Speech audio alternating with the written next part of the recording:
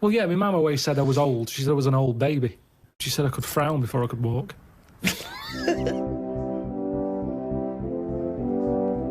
For the past few years, Ricky Gervais, Stephen Merchant, and Karl Pilkington have been meeting regularly for a series of pointless conversations. This is one of them. Testing. Is that all right? Hello and welcome to the Ricky Gervais Show with me, Ricky Gervais, Stephen Merchant. Hello. And the little round-headed buffoon that is Karl Pilkington. All right.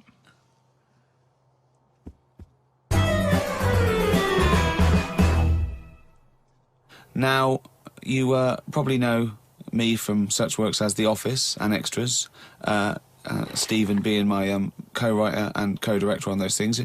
For those people who are not so aware of Karl Pilkington, he was our producer, sort of given to us when we first started on XFM.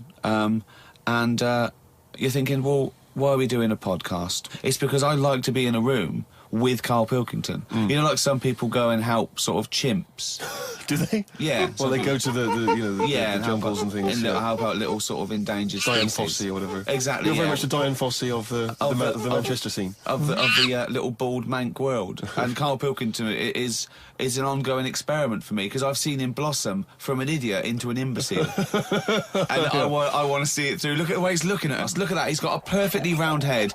And that's why I'm doing this podcast. Karl, what do you think about all this? It's just, I mean, we are living in that sort of era now, aren't we? That you need to be able to listen to stuff on demand when you want it and stuff. I know you're not a fan of the iPod in general, are you? Or any of the MP3 things? You're concerned? I'm warming to it, but this is what's amazing about Karl. Even though he's talking about things like MP3 players, computers, iPods, he sounds like he was found in a glacier and thawed out. Do you know what I mean? Yeah. And sort of taught to speak. We're a couple of high school guys who found him, and we're trying to ingratiate him in the gang, trying to pass him off as someone from the modern day. No. But my thing with iPods is, now, do we need them? Do you know what I mean? We're living in that era now where we have invented most of the stuff that we need, and now we're just messing about.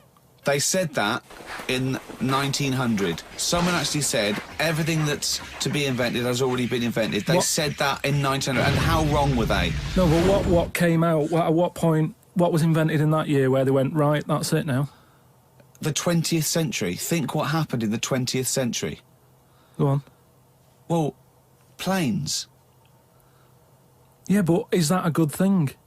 Planes and that. Do you need a plane, really? Wouldn't it have been better if we all stuck where we should be instead of travelling about? War. Well, look, war's happening, isn't it? Because everyone's saying, well, now we can fly, we'll go over there. So there were no wars prior to the invention of the aeroplane? Not like there is today. Right. But what I'm saying is, the world's got smaller on it, everyone's saying that, right? Yeah. The way I was saying to you the other day, we now go to places where we shouldn't go. People go on holiday to places where you've got to have an injection before you go there. Yeah. Forget it then. That's a warning. Don't go there. I'm with you on that. I don't want to enter a country where I have to have an injection to stop me from dying while I'm in that country. Right, I totally agree with you on that. So what happened is, they invented the plane and it's like, oh, let's go on holiday. And then they go, oh, die now. Oh, well, you've got to invent something. Let's invent an injection. And then it's like, right, well, what else do we need to go to that place? There's a lot of faffing. So what I'm saying is... Is that a place? A lot of faffing? What I'm saying is, Steve's travelled more than I have. You've been to, like, dangerous places. I've been to places where you need injections, yeah. Yeah, but why? Because it's fascinating, isn't it? Do you not believe in that idea of travel broadens the mind? It makes you experience other ways of life, other ways of thinking. It just enriches you as a human being. That's the whole reason people go travelling. But since the invention of the telly, you don't have to go that far to see it. You're absolutely right. So there you go, then. The telly was the 20th century, wasn't it? Yeah, it's pretty good. So where would you stop, then? You'd stop making stuff now? Stop inventing stuff right now? If we're going to invent something, right, forget, like, the traditional way of people having kids, right? The way they, have it away in that. What do you mean? What do you mean? No, like the way that, we have kids and stuff. If it'd be good if what happened was to control it is if man and woman, right, they're born and that, they enjoy their life, they learn a lot, they live to be about 78, I think, by that point. So specific. Yeah, 78, No, yeah. but by 78, I reckon you've sort of got to that point where you go, do you know what? I've done everything I'm going to do. If you haven't bungee jumped by the time you're 78, you're not going to do it. You know what I mean? So it's kind of like... Your hips come off. You've done it all now, Yeah. and then you die, right? So say if everyone had that, they lived to be 78. But then, just as you die, you have a little baby inside you, and as you die, your life carries on. Sorry. How is are this you- happening? Sorry, are you mental? No, but don't you think... I mean, what? I've never heard such drivel. You're saying that, but if Newton said it, you'd go, interesting. That's what annoys me. I The love point it. is, Carl, he never would. No, He'd what? never say it. That's the point. But if you never don't- say it, I don't understand what you're talking about there. What, how was it? How is there a little baby in a 78-year-old? No, what I'm saying is it's like an apple, where the apple grows and it's got its little baby pips in it, and the apple goes and the seeds are planted and a new one's born. But that's what happens. But that is what reproduction is. Yeah, but I'm saying babies aren't being born left, right and centre. It's controlled so that as someone dies, someone's born. But Carl, stop. Whose responsibility is Look, this? if you don't want to do it, we won't do it. But I'm is it just supposed to be nature? Has nature got to develop humans so that we act that way? We live that way? Or is this a scientific experiment? He said to you then, he said, look, if you don't want to do it, we don't need to do it. Like, if you were up for it, we'll sort it out. We can do that. We'll have a whip round so we can do the research. I just think at the end of the day, we've got to do something. And is anyone keeping an eye on this and looking at what we can do next to control the population thing? It does my head in that I've got to live in London for work and what have you, and there's loads of people here, and, you know, forget going out on a Saturday night, it's too busy, and you can't move, and they keep... I mean, what annoys me about London So is... your solution is that 78-year-old women have little babies inside them, and as they slip away into death, the little babies... And how is that baby then Who looks raised? after Who the looks baby? after the baby? Because it's a pretty good system having a baby while you're young enough to look after that baby and make sure it lives to, reproductive age itself. I mean, that system's been working for years. Nature's sort of sorted it out. Natural selection and evolution sort of makes that a good model. But wait a minute, nature. Pop that on hold, because Karl Pilkington's got an idea. Yeah. That's what it was, just an idea. Yeah, well, it was nonsense. But thank you for it. The worst I mean, it was the ramblings of someone you'd find by themselves in a hospital eating flies. This is the sort of thing you find when, if they find maybe a pamphlet or a booklet written by a psychopath. You know, someone, just before they went on a rampage and then turned the gun on themselves, they go through their possessions and they find a book and it's got weird drawings, women with knives in their face, and this kind of In garbage. fact, I saw a similar sort of theory written out on a wall, but it was written in shit. Exactly. Yeah. No, all I'm saying is, I think it's, you know, when people die normally, everyone's fed up about it, aren't they, and a bit down.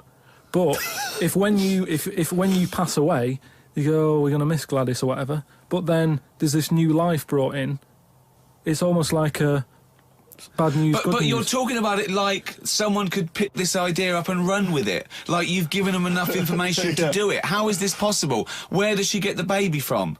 Why does it grow? Why grow it in Gladys's belly? Why not have it in a drawer? But what I'm saying is- ready to go, just add water. I mean... Who looks after son of Gladys? There is no theory here. There's no... It's the ramblings of a madman. What I'm saying is, though, the body's always changing, innit? From caveman to now, or whatever.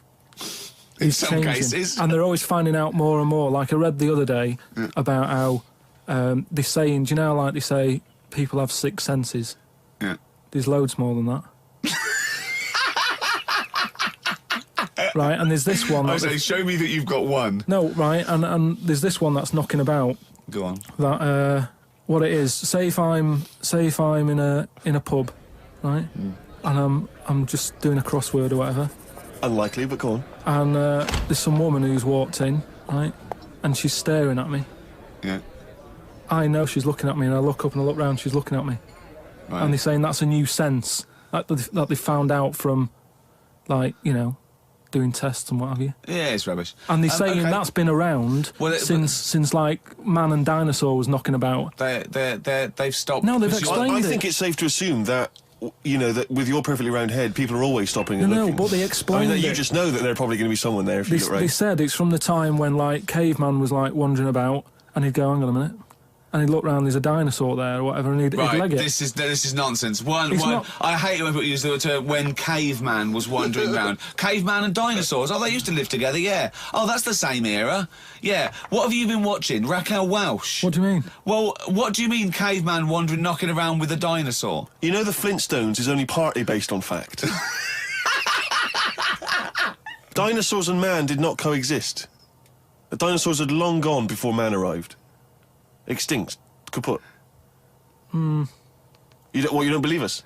What, you don't believe because you've seen... Because you saw that film where they took pictures of lizards and magnified them and put them next to men in films so they looked like they were fighting. Yeah. No, but why couldn't that have happened? What is the film with Raquel Welch? A Million Years BC. A Million Years BC or something. A Million Years BC. Brilliant. Yeah. Yeah. No, but... She had a sort of woolly mammoth bikini. Fact. But why wasn't the dinosaurs back then just like how we have dogs now, in a way? He's watching the Flintstones. He's thinking of the Flintstones. Yeah. That's what he's thinking. When he puts out the saber-toothed tiger... Yeah, and then and he mixes his concrete in a pelican. Yeah. I just think that there must have been a crossover point. Why? Why did you say that? Why do you think there must have been a crossover point? Because if nothing was knocking about at any point, how did anything carry on? I know. Exactly. Why didn't Hitler meet Nero? It's weird, isn't it? There must have been a crossover. They must have met somewhere. They must have met at a party somewhere. They mixed in similar circles. Yeah. They must have bumped into... I can't believe it. Yeah, forget it. Oh. I met Derek Acora the other week. Oh, yeah. Right. Now, who's he? Which one's he? He's... Is he a medium? He can contact the dead, is that right? He just chats to him and that, passes messages on. Nice of him. So I said, oh, tell us something a bit weird and that. So he said, what do you want to know? I said, just something weird. So he goes, all right then. He said, here's one for you, right? And he said, there's this pub out in the country. And he said, there's this mug. Do you know those old mugs that they have? Where they used to like leave their own cup knocking like about, didn't they? Oh, yeah. The tankard thing. Yeah. So there was one of them mugs in there, right? And everybody... Tankard, let's use tankard if we've established that. Tankard, yeah. Because you're the only mug in this story. Right. You believe in it all. High five. Great. So this tankard's knocking about, right? And everyone who's running the pub keeps going, oh, I wish they'd stop leaving this tankard about, right? And they pick it up. It must be a pain. Having a tiny, small tankard in a pub, that must be a real grind. So every they sort of picked it up and went, we'll have to wash that, and they popped it on a different sideboard. Next thing you know, that person who's touched it died, right? Sure. So they must have been getting through bar staff. So they kept getting a new staff and that. And they were like, what's the connection here? Right? What's the connection here? Oh, God. So they get a vicar in. Of course they do. And they go, look, there's a lot of weird stuff going on here. This tankard, every time someone touches it, they die. So he said, leave it with me. He gets his special water out and what have you. He comes round, does a little prayer, sprinkles it. He goes, right, not a problem, don't worry about it. He picks it up, chucks it in the bin. Guess what? What? Dies in a crash on the way home. Because he picked it up. Well, but Carl, you're telling me this like it's fact, and I'm meant to go, that's amazing. Derek Acora, he told me. Carl, I have no opinion of that story, other than I'm pretty sure there was absolutely no connection between touching the tankard and him dying. That's all I'm sure of. It's not just him, though, is it? I'm not going to even contest the chain of events. All I'm saying is there is no connection. There is no connection possible because I believe in logic and the laws of the universe. Yeah, but what I mean, you never pick up a vibe of... Like, I've got a mate, right, who he's living in this big stately home, right, and he's living in there now. He pays £100 a month. There's about 80 rooms. Gee. And it's this big stately house and what have you. And I went down there. He said, oh, come down and have a look, right? And from outside you go, oh, this is brilliant. It's like something out of... You know, like the Man of Born or something. You go, this is impressive. But then when you get in, it's like, it's a wreck. And we go in, and all the floors are like a wreck and rotten and stuff. And I looked at the wall, and there was like a little piece of paper stuck on the wall, right? And I said, what's this here? So I wandered over, right? Got right up close to it, and somebody had wrote. Somebody had wrote? Oh. Somebody had wrote. Right, go on, sorry. So there's a little sign there, right? And I go up to it, and it says, flies, right, with an arrow, flies this way, Yeah. right? I think that's a bit weird. So I follow the arrow, right, which goes to this corner where there's a shelf, about 3,000 dead flies on it, Oh my God. condom stuck on the top. You might remember in the first podcast, I was telling you about this scary house that my mate lives in, where he's like a security man. You're not like a security man, are you? What are you? Well, I just look after it. You just look after it and that. He just looks after it. So this is it, because I thought I'd show you around it, because just in case you thought I'd made it up and that, about the bit about the flies and all that, where there's flies on the shelf and stuff. So this is the sort of state I was telling you how it's a mess. This is it. Ceiling's caving in over there. That's just there.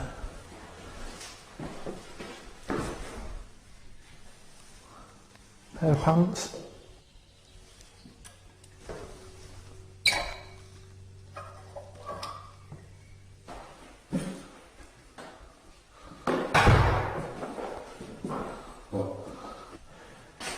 Right then, we've found the room that I was talking about on the podcast, with the dead flies and that on it. This is the sign that I was telling you about. Got a fly on it, right, little arrow. There's flies here, look. Little ladybird there. Oh, flies attacking the ladybird and that. Right, so you've got that. So follow it along, right, you think, well, there's nothing there, and you can get the camera up there, right, look at that lot, where the dead flies.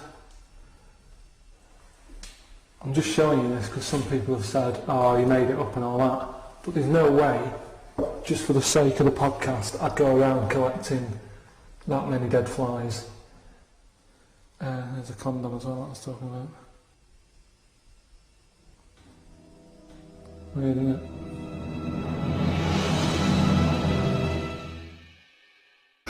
That's weird, isn't it? That is weird. That is weird, right? So I'm looking at that, and there's loads of stuff on the floor and that, bits of paper. Picked up this bit of paper, right? And it had, like in biro and that, it looked really old, like it'd been there years. And it had something like, need nappies, dummy, right? Blankets, blah, blah, all this, like, all stuff for, like, and I turned it over, right, and it said, none of this now needed, baby dead. Right. Now that's weird, isn't it? Now that's what I'm talking about when you get a bad vibe, you go, that's who's been in here? It's bad vibe, it's just based on the fact that... Your mate's in charge. Yeah, that's terrifying. I mean, yeah, so it's like saying, are we scared of the dark? Yes, I understand why people are scared of the dark. I'm a little bit scared of the dark. You're walking along. Because you don't know what's in it. Yeah, you don't know what's in the darkness. That's why people get nervous. It doesn't mean you have to make the leap then that you've got some paranormal sense. Oh my God, I'm Karl Pilkington, and hang on, just like Derek Acora, I have sensed something strange and evil in this room. Wait a minute, there's some flies in a condom. I was right all along. That is weird. Flies in a Johnny equals badness. the flies in a condom was weird. It's weird. I don't know. But the note. Yeah. I just think of his face when he saw that, reading it by torchlight. You must have been terrified. It's a bit odd, isn't it? Rick, you'll be pleased to know we've already had some responses, and Simon and Mark have already emailed us in this link to something that was on the BBC News website. I don't know if you're familiar with this, but it's a remarkable story. Lion mutilates 42 midgets in Cambodian ring fight. That's just the headline. That's a hell of a headline. That makes me want to know more about the story. Well, that's what a headline should do. Spectators cheered as entire Cambodian midget fighting league squared off against African lion. Tickets had been sold out 3 weeks before the much-anticipated fight.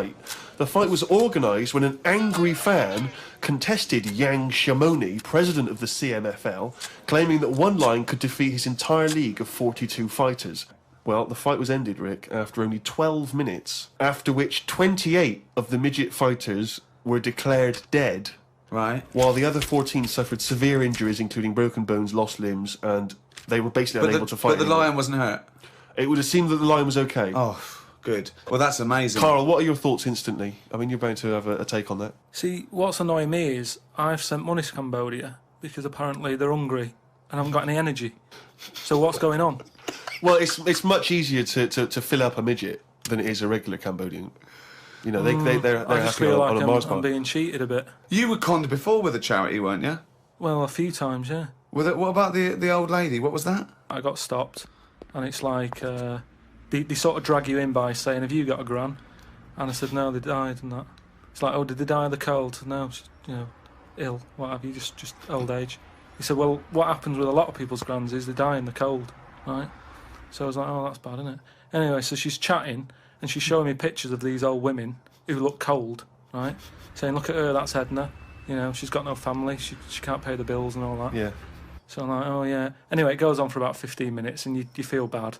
You give them your bank details, right? And what happens is every couple of months you get a letter from Edna. Well, Right. it's not from her; it's typed up and what have you. But there's a picture of Edna, right? And it's saying, "Oh, this December, Edna's going to be extra cold. It's cold outside. She can't afford to pay the heat and what have you." Yeah. Keep going, right? So you keep paying every month like £5, whatever. Get another letter a few months later, right? Edna's sat there. She's got a tan. What do you mean she's got a tan? Well, when they said, she's cold, I thought they meant for the heating, not to send her on holiday for a month. She sat there with a tan. I'm not joking. Are you sure it wasn't just a slight problem in the printing? No, definitely. Sure, it she wasn't looked well happy. Sure, it wasn't liver failure. You see, when does it become bad to avoid people like that? Do you know what I mean? Because some people say you shouldn't. They're people like us who just had a bit of bad luck. Well, of course they are. Yeah, I know, but I remember one on our estate, right? And she was a bit. What's the word that you can use? Because I don't want to offend anyone. But I'd say but sort of mental homeless. Is that a term? That's the official term. I think that is the new official term. It's mental homeless-itis. Right. So she lived on the estate and what have you, and she aged. How was she homeless if she lived on the estate? Well, she sort of decided to stay around there because I think people on the estate spoke to her more than people who had money. So this mental homeless woman on the estate, and what she used to do, right? She acted quite normal, and she used to always push like a pram around with her, right? And everyone was like, "She can't have a kid, can she?" Right? And she was dead happy every day. She was up and down, walking up and down the road. Anyway, one day she sort of walked past, right? Turned round and looked in the pram. There's a bucket with a face on it.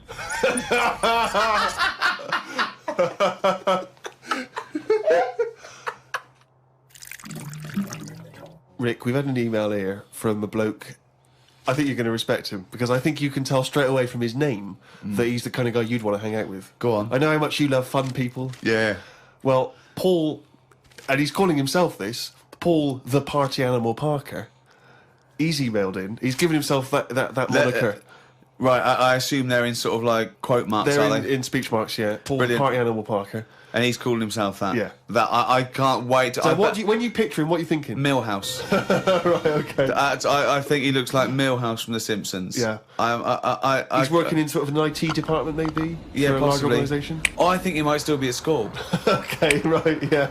Yeah, Yeah, I think. and this is the vital question. Do you believe him to be a party animal? I believe him to be a party animal is as much as a man with a long scarf that his mum knitted him to look like Doctor Who can be a party animal, yes. Do you think that when people are organising parties at his school, they're thinking the first person they got to get on the list and make sure he's guaranteed as You've got to take Paul the party animal. Because Because I bet he's got millions of affectations. I bet he wants to be known as the one that carries around a biscuit tin. Yeah. You know, he's got the scarf. He's the guy who only ever wears bowling shoes. It's his thing.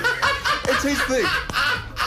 He's a little bit kooky, it's his thing. And it is fairly interesting what he sent in. He's found this on the web. A Serbian man who has invented a sex machine for women.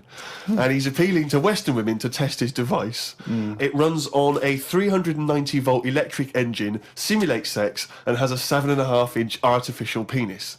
As soon as I read this, I was thinking, just imagine him there going, "Oh, thanks for coming in, yeah, okay." So what's going to happen is there's a penis that's going to pop out from here, and it's going to have sex with you. I'm going to stand behind the machine. I've got to stand behind here. There's a lot of dials and stuff. I don't want to bore you with. Well, why do you have to stand behind it? Just I can't. It's technical stuff, but I got to be behind the machine. But there's no penis on the robot at the moment. It's just a hole. No, don't worry. What'll happen is I'll switch the machine on. I'll go behind, and then a penis will appear. Will it be like a metal-looking penis? It will be a robotic penis, but it will seem like it's a regular fleshy human being. So you've made this sort of low robotic penis look really realistic. It's really realistic. You will not be able to tell the difference between, say, the robot one and mine, for instance. Okay, well, I don't want to see yours. No, there's absolutely not. Because I've not come around here to have sex with a person. I know, you've come around to test the machine. Yeah, and that is exactly what you're going to get. Okay, Like a well, piece of mechanical action. To a lot of people, sex is important, isn't it? You know what I mean? Not to you. Well, it serves a purpose. What purpose? No. Because you don't want to have kids, so what purpose? Just you know, Something to do in the evening something to do, innit? when the telly's broke. But for years, like they've found stuff, haven't they? Machines from like Roman times that similar to that setup. No machines in Roman times. Like that though, the old sort of knob on a stick machine thing. The old Roman stick. I'm sorry, but I watch Time Aqueduct. Team every week, and Tony Robinson has never done that. An old knob on a stick machine. I just think of Julius Caesar sitting down and go, okay, aqueduct, we love that. Thanks for that. Straight roads, good idea. We can see the enemy coming. What have you got there? Well, I'm glad you've asked. Ploncticus. What have you got there? Wanklicus. What I've got here is a Yodi knob, and I've put that on the end of a stick. Oh, stickus phallus. Okay, well done, Wanklicus. No. Well done. You are my new right-hand man, as they say. No, excellent. But they do stuff like that. You've been in the London Museum and that, and they've got sort of sex stuff from years ago. They've got like these metal pants that they used to wear. I don't know what that is. Metal pants. Yeah, sort of. Is metal. that a chastity belt? You mean? They used to make women wear them so that they can. have When- sex when- when No, their but men were- they had them for blokes as well, though. metal pants for blokes. Yeah, Why? I just think they sort of like sexy metal pants. What? Oh, I don't know what you mean What with are you sexy talking metal about? pants. Well, they'll have to look because I haven't got it in front of me. It's just something I remember seeing, some sort of sexy metal pants that they used to wear. But what are you saying, sexy metal Come on, pants? they that always was had not to British be- Museum. That was Soho. No, what I mean, That was Old Compton Street. You were looking they in the always shop had to window. be ready for like battle and that, but these were a little bit sexy but protective at the same time. I love that. So, Lancelot, are you ready to face the Black Knight? Yeah. What do you think of these? Huh? I just want to look good on the battlefield. Will there be women watching, cheering us on? Well, you're not going to fight like that, are you? What about your I'm going to wear nothing except these sexy metal pants. But what about your chest is exposed? no, You well, it's a good chest. I'll be working out. Yeah, I know, but what I mean is you want metal all I've over. actually been lifting up the round table every week. I just work out, do that about 4 times a day. But that machine, right? Why did it have to be a woman, or could they have got a little gay fella in? I Let don't me know. just check. It doesn't actually specify the small print here. I love that. Why do you want to see a little gay fella be? I don't want to see it. I'm just saying they're sort of more. Carl? Why do you want? I don't wanna see it. Why do you want to Don't wanna watch a see it. gay man get buggered by a robot? I wasn't the one typing in gay machines on the internet finding stuff out about them. It's not a Steve gay was. machine. You just made it into a gay machine. Yeah, he wanted to pleasure women with this machine. Oh. You're saying, can I see a little gay fella get a robotic cock up his arse? You're the one requesting that, Karl I don't want Pilkington. that. I'm just saying that. You're the one that want to see gay men with metal stuff up their anus. No, what I'm saying is they're more up for a bit more experimentation than. What are you saying? Why is that the case? Why? Why'd you say that?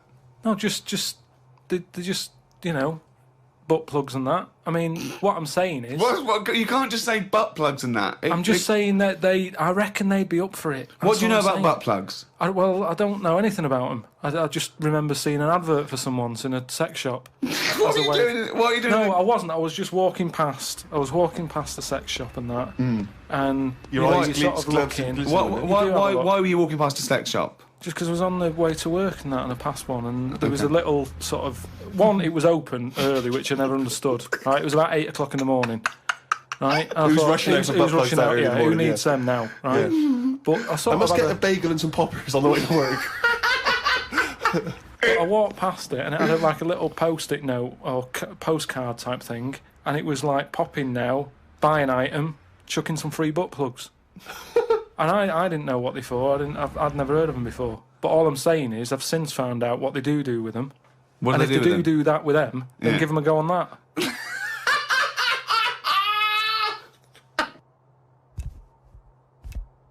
Another email here. It's an interesting fact. I'm hoping it's true. America's first nudist organisation apparently was founded in 1929 by 3 men. Now, what intrigued me when I read that is the fact that it's clearly 3 blokes just trying to meet some nude women. They're all 52 balding. Exactly. exactly. with little so those gold-rimmed glasses. Yeah. Yeah. And they're just wandering around, and it's all quite saggy down there, and they're just knocking on doors saying, we just set up an organisation, it's perfectly above board, completely Yeah. legitimate, it's a nudist organisation. You got any women in there that want to come and join us? Because we Well, haven't got any not really. female members at the moment. Got any women in there interested in, volleyball or trampoline? I can't be doing with it, me. You hate nudists, don't you? Nudists. I don't understand what it's all about at the end of the day. And here's something, right? Do you know, like, when you're a bloke nudist, right? Do you ever get any who just have, like, a small knob? I don't know. I don't understand the question. What's that? What's your point? Well, are there any blokes who are knocking about who just have a normal-sized knob, or maybe a bit smaller than normal, who are happy wandering about showing off what they haven't got, if you know what I mean? I don't think nudists are just doing it because they're so proud of their knob. No, but there's got to be a little bit of that in it, isn't there? Just saying, most blokes who, nudists, they must be pretty confident in themselves to, I looked once. What? Where are you Because hanging it's out? natural. this? It's natural, that's what I'm saying. What do you mean? This As a is bloke- Carl takes a sneaky look at No, menscocks.com. No, what I'm saying is, it's Where natural. was this happening? You were in a gym. No. A lot of guys are getting changed, and you No, were just checking out their you're at your bedroom window with a pair of binoculars, No. and there was a little fella across the road getting changed. I was at some night out once. Go right? on. So you were at heaven, and you were in the It was toilet. some night out, and some people come running on the stage, right? Some music started coming on, and these 4 people ran out. It was 2 women. So 2 you're at a gay blokes. strip club. It wasn't gay in that. It was just a normal night out. Well, some sort of party night out. Right. These people come running on, right? You got 2 women, you got 2 blokes. Right. They whip their knickers off. The fellas whip their undies off. At the same time? Yeah, all at the same time. Was it like that, was it like a choreographed thing? So that happened, and all I'm saying is, right, before I had a look at the woman's bits, right, I just had a little cheeky glance at the fellas. Why? Why? Just checking it out, just seeing is everything normal down Why there. weren't your eyes drawn instantly to the ladies' bits? No, don't believe me. I had a look at that. All I'm saying But you went is, to the guys first. just I didn't know how long pants were going to be left off for. So you didn't want to miss your opportunity, is what you're saying? You saw a window of opportunity to see some men's bits, and you thought, I better take it. No, because this may never happen again. No, So what happened? So there's had a 2 look. women, 2 men, right? I don't know what sort of event this is where you're looking at anyone get their knickers and pants off. I don't know why you're looking at all. night, So you go right. There's knickers and pants off. Right. Let's check out the knob and testicles first. you're telling me you've never, like, when you've been in a gym or anything, you've not just sort of turned your head, had a look, and gone, all right, yeah, that's all right. Yeah. So let's just get this question right. Have we ever been in a gym and just taken a sneaky glance at a man's genitals? Is that your question to us? Right, for me, it's the same as when you see someone who's a bit odd, 2 heads or whatever. Well, I'll be honest. If I was in a gym and a bloke came in with 2 heads, I'd look. I'd get a sneaky glance in the mirror. I'd go. Sorry, but you'd look at his genitals or his 2 heads? It's 2 heads. Or would you sneaky look at the heads and then think, I wonder if he's got 2 cocks? And just... I'd have to have a look there. If I'll tell you what, and now I admit it, if I'm ever in a gym and a naked man with 2 heads walks in, I probably will check out the genitals as well, just to make sure that he's got 2 of everything. Can I tell you the thing that always freaks me out? I do sometimes go to the gym, and I live in North London, and the thing that always freaks me out is if there's an elderly man, often quite short. I'm always freaked out because there's at least 2 I'm aware of who've got very, very large penises. And I always find that really disturbing because sometimes you can't help but notice because it's like Godzilla coming through the change room. Do you know what I mean? So there you that go. I do admit that's the only instance where my eye has been naturally drawn to it. Do you know what annoys me in gyms? Where people walk round happily naked all the time whistling. They get weighed naked, pop a towel on and take off 3 ounces. How exact have those measurements got to be? Yeah. Do you know what I mean? Pop a towel on. I mean, unless you're going on the space shuttle, I reckon you could give or take a couple of stone. Yeah, a couple exactly. of ounces. Yeah. Absolutely right. Well, we've put that to bed. Talking of eating knobs, Carol Thatcher, a daughter of one of our leaders. Sure. Well, you saw it in I'm a Celebrity, Get Me Out of Here. She popped a couple of bollocks in the mouth, chewed them up, swallowed them. Oh. Kangaroo penis there, dried. She couldn't even get. It was so tough she couldn't even get through it. And then she, eventually she eats What was it, like a pepperoni? Yeah. And she. What do you think of that, Carl? What, eating that sort of stuff? Yeah. I watch it. I like those little trial bits, right? Yeah. But what I don't think people realise is, right, it is hard eating a little kangaroo knob. Right? Really? How do you know? No, it's just, you know, you think about it and you go, oh, couldn't do that, right?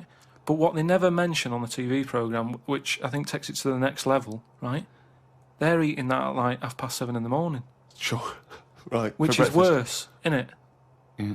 Do you know what I mean? If I was there and Ant and Dec said, right, Carl, eat the knob, I'd go, hang on a minute, give us a few hours, let me get some rice and that on my belly and just sort of fill me up a little bit more.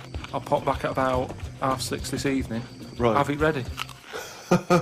And I'd be happier then. It's just that thing of, you know, you don't want to eat animal genitals on an empty stomach. So what are you saying? You could I'm saying like I could eat a knob at night, but just cut that there. We'll loop that. If any DJs are listening, just take that quote. I could eat a knob at night by Karl Pilkington. Maybe do a dance remix. Yeah, I think maybe you're sort of a house producer and you could maybe get some kind of high energy beat going, and then we could just send that out to some of the gay clubs. I'm sure it'd be really popular. Please, anyone send us, you know, that looped with a nice little, you know, funky house beat. Karl Pilkington saying I could eat a knob at night. it is hard eating a knob. So what are you saying? You could... I'm saying like I could eat a knob at night. I could eat a knob at night. I could eat a knob at night. I could eat a knob at night. I could eat a knob at night. I could eat a knob at night. I could eat a knob at night. I could eat a knob at night. I could eat a knob at night.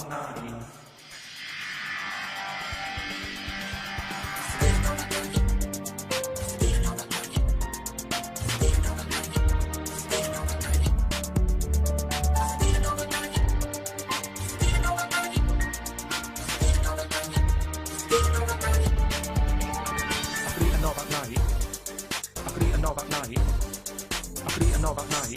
I could eat a knob at night. I could eat a knob at night. I could eat a knob at night. I could eat a knob at night. I could eat a knob at night. I could eat a knob on the stick. I could eat a knob at night. I could eat a knob at night. I could eat a knob at night.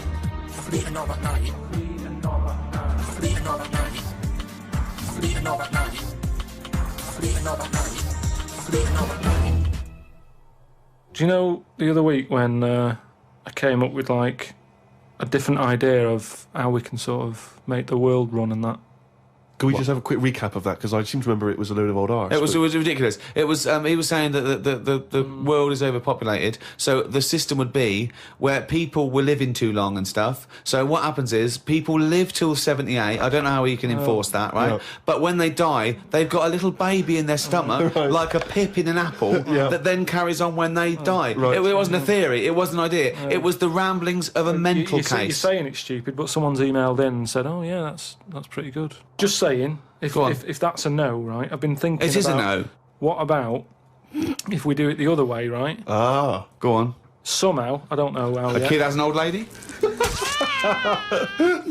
that's what it's going to be, isn't it? A child will give birth to an old man. No. What I'm saying is, right? Go on. Work the other way round. Come on then.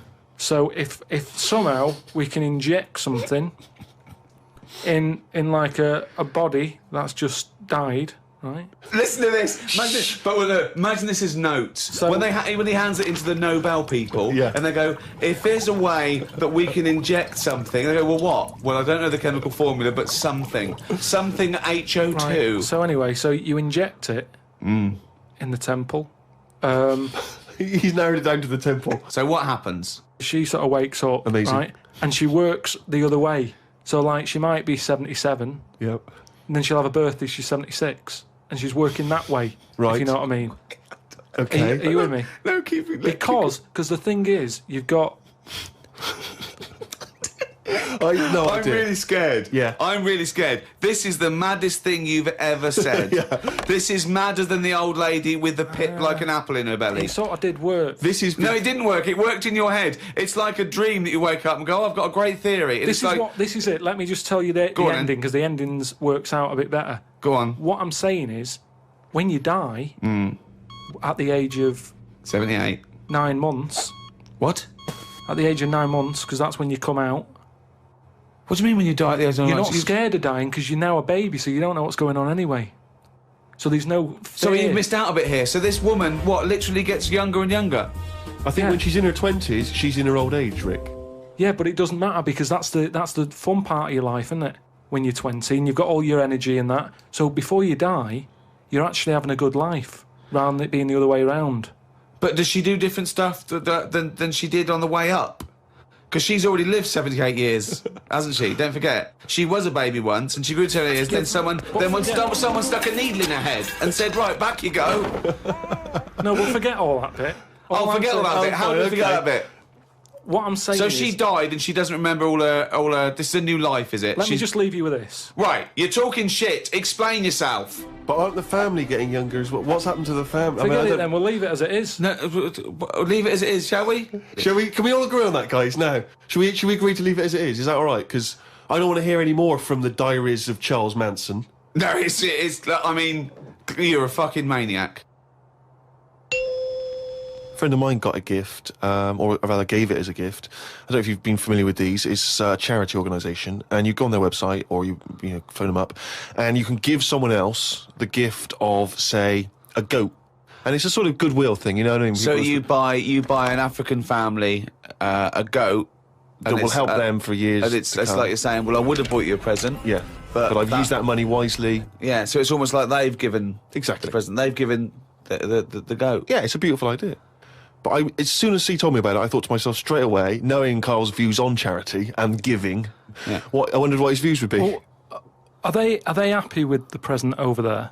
Like the people who are getting it? You're an idiot. What, you think an African family wakes up and there's a little goat with a ribbon tied round it, and they go, oh, look what Santa brought us. Look, and that mince pie's gone and that glass of milk. You're such an idiot. No, but what I'm saying is, does that family want a goat? Yes. But why? It's not they want a goat, it's they need a goat. Do you think... What do you think this organisation is? Just arbitrarily giving goats to people. They're going to say, oh, I wanted Nintendo. What are you thinking? Well, what I'm saying is, right, let me put myself in their shoes. Well, this will be a first. Got any, but say I'm one of them, right, over there. Right, I'm sat there, it's Christmas Day, right? I open it up, open the present, little goat there, right? Now, if I was one of them, I'd be going... Not another mouth to feed. At the end of the day, there isn't enough food to go round for themselves, never mind a goat. Don't they say, like, having a dog and that is quite expensive? Sometimes they say, you know, what with all the injections you've got to give it. Well, I'm assuming it's all above board. The goat's had its injections. That's what some of the money goes towards. It's just a way of redirecting cash. But the thing is, why do they want that goat? What's the main reason? What does a goat give you? Milk. Right. Now, wouldn't it be easy to just send them a bottle of milk? Without all the hassle and the headaches that come with it. That's all I'm saying. And the other thing is, think about the goat. That was happy over here. Suddenly, it's on barren land. No grass. I'm gonna burst! What do you mean? You didn't send a goat from here. I'm saying, who's happy at the end of this, right? You've got a fella who hasn't got a present over here because the mate bought him a goat, right? So yeah, let's do this properly. So there's a tick. He's not happy, right? Then you've got the person who's opened it, who, like you said, wanted something else, right? It's a goat. They go, who's going to look after this, right? So tick, they're not happy. And then you've got the goat going, what am I doing here?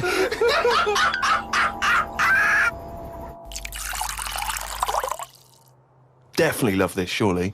Have you started seeing this now? Virgin are starting plugging Virgin Galactic. I think it's something like 200,000 quid, and you'll get a chance to go in a space shuttle into space. Carl, thoughts?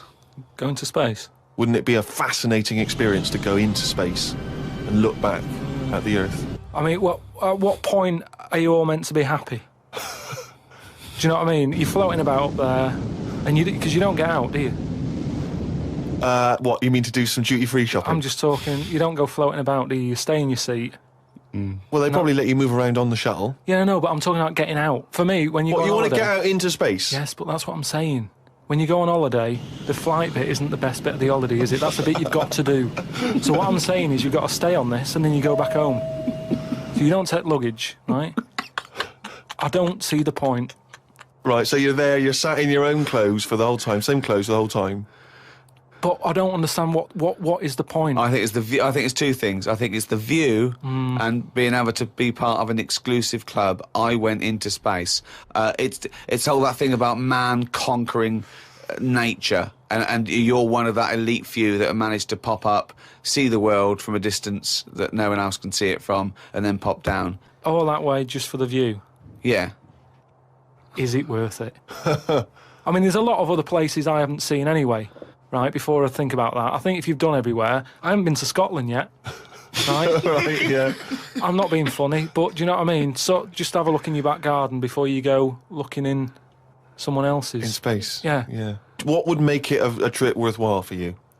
I mean, if you did go into space, if we gave it to you free of charge, we said, Carl, go up into I know the space." answer. I know the answer to this, Steve. He's thinking, I'd like to meet some aliens that can talk like I do, Yeah. and I can understand them, and they can tell me something. Like what? Oh, they met God, he was all right. That's the sort of thing, that's what he's going to say. He'd like them to look like monkeys in spacesuits. Yeah. That would be his ideal thing. He'd like to go to the planet of the He'd like to go to apes. the planet of the apes. He Yeah, would absolutely. love They to could go arrange to the... that. Look, he's nodding. He's Yeah. nodding. Thoughts, Carl? Well, yeah, that'd be brilliant. What would be brilliant? Seeing a little alien and that, having a chat with him, find out what's been going on. What's been going on? No. But don't you think that, like, I mean, if you bought me that as a present, right, Yeah. either of you, Yeah. I wouldn't be that happy. For me, that's a little bit like... Well, that's annoying because we've got you a trip We to just space pulled and a together. goat. Yeah. Yeah, we... Do you know how, like, I am interested in sort of going on another planet, right? Not, Carl, you are on another planet, mate. no, but do you know what I mean? It would be quite sort of interesting. How do you think you'd get there? Well, yeah, you'd go on a rocket and stuff, but what I'm saying is, at least you know when you get there, you're getting out, you're having a bit of a wander. But I wouldn't be happy in just the journey bit of it. That's all I'm saying. That's great, isn't it? But the thing is, right, because I was looking into it a bit, because I was reading about the Virgin Atlantic Yeah. thing, right? And I was reading something that in 1971, right, 3 of them went up there. There was one bloke in the rocket, right? The other 2 wandered off, had a walkabout, seeing what rocks they can find. And that bloke who was in the rocket, right, he was the loneliest man ever in the world.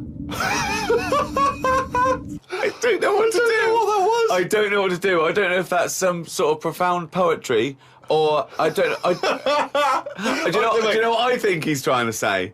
He's trying to say he was, by definition, a human furthest away from all other human contact. Yeah, that's what Yeah. I said. Yeah, okay. No, you said loneliest. Loneliest evokes an emotion. Yeah. Yeah. But it's like he started crying and writing poetry and listening to Morrissey records. But what I was thinking is, do you think when he got up in the morning, he still bothered to put his clothes on? That's the first thing that came into your mind. No, when just you because pictured him I in always, there. at the end of the day, even if, like, my girlfriend Suzanne's out at work and that, I'm not happy walking about with everything out, because you never know what's going to happen. I just mean, you never know if someone's going to turn up. No, I don't like what I don't like. No, I always pop some pants on or a towel, even if I'm Not alone. always. Because I've knocked on your door when you've been stood there with... No, he's Yeah, taking but his trousers off. I did it especially, Oh, knowing right. that you were there. I've done it especially to annoy you. right. Yeah, so... But do you know what I mean? Do you think he was walking about the rocket with his tackle out? Or Or did he floating go, about, well, no one's watching here? Do Do you you know reckon what I it floats up or down? Well, if you are the man who was up in a space rocket and was for a short period the loneliest man in the world, we'd love to hear from you. We'd love to hear what you did with your time, how lonely you felt, and also Lonely? did you float around with your cock and balls out? Carl, if you could have a superpower like Superman, what would your superpower be? Can I suggest consciousness? Yeah. Can I have the power of thought? Remember, you've already got opposable thumbs.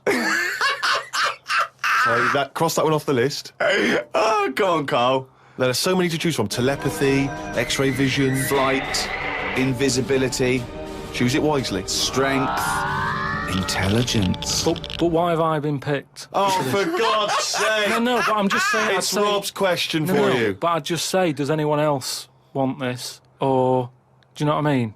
Oh, No, what do you wish you could do that's impossible is the question? no, because- What? What do you mean? Because with that comes a responsibility. Is what With I'm saying. enormous power does come great responsibility. So, would you like Spidey senses? Is that what you're saying?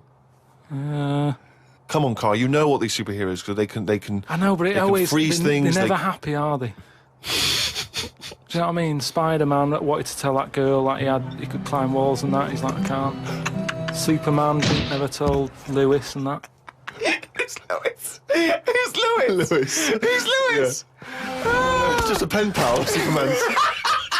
Lewis, his little secret chum. Yeah. All right, Superman. Hello, Lewis. What are you doing? Superman. Who are you? I can't tell you, Lewis.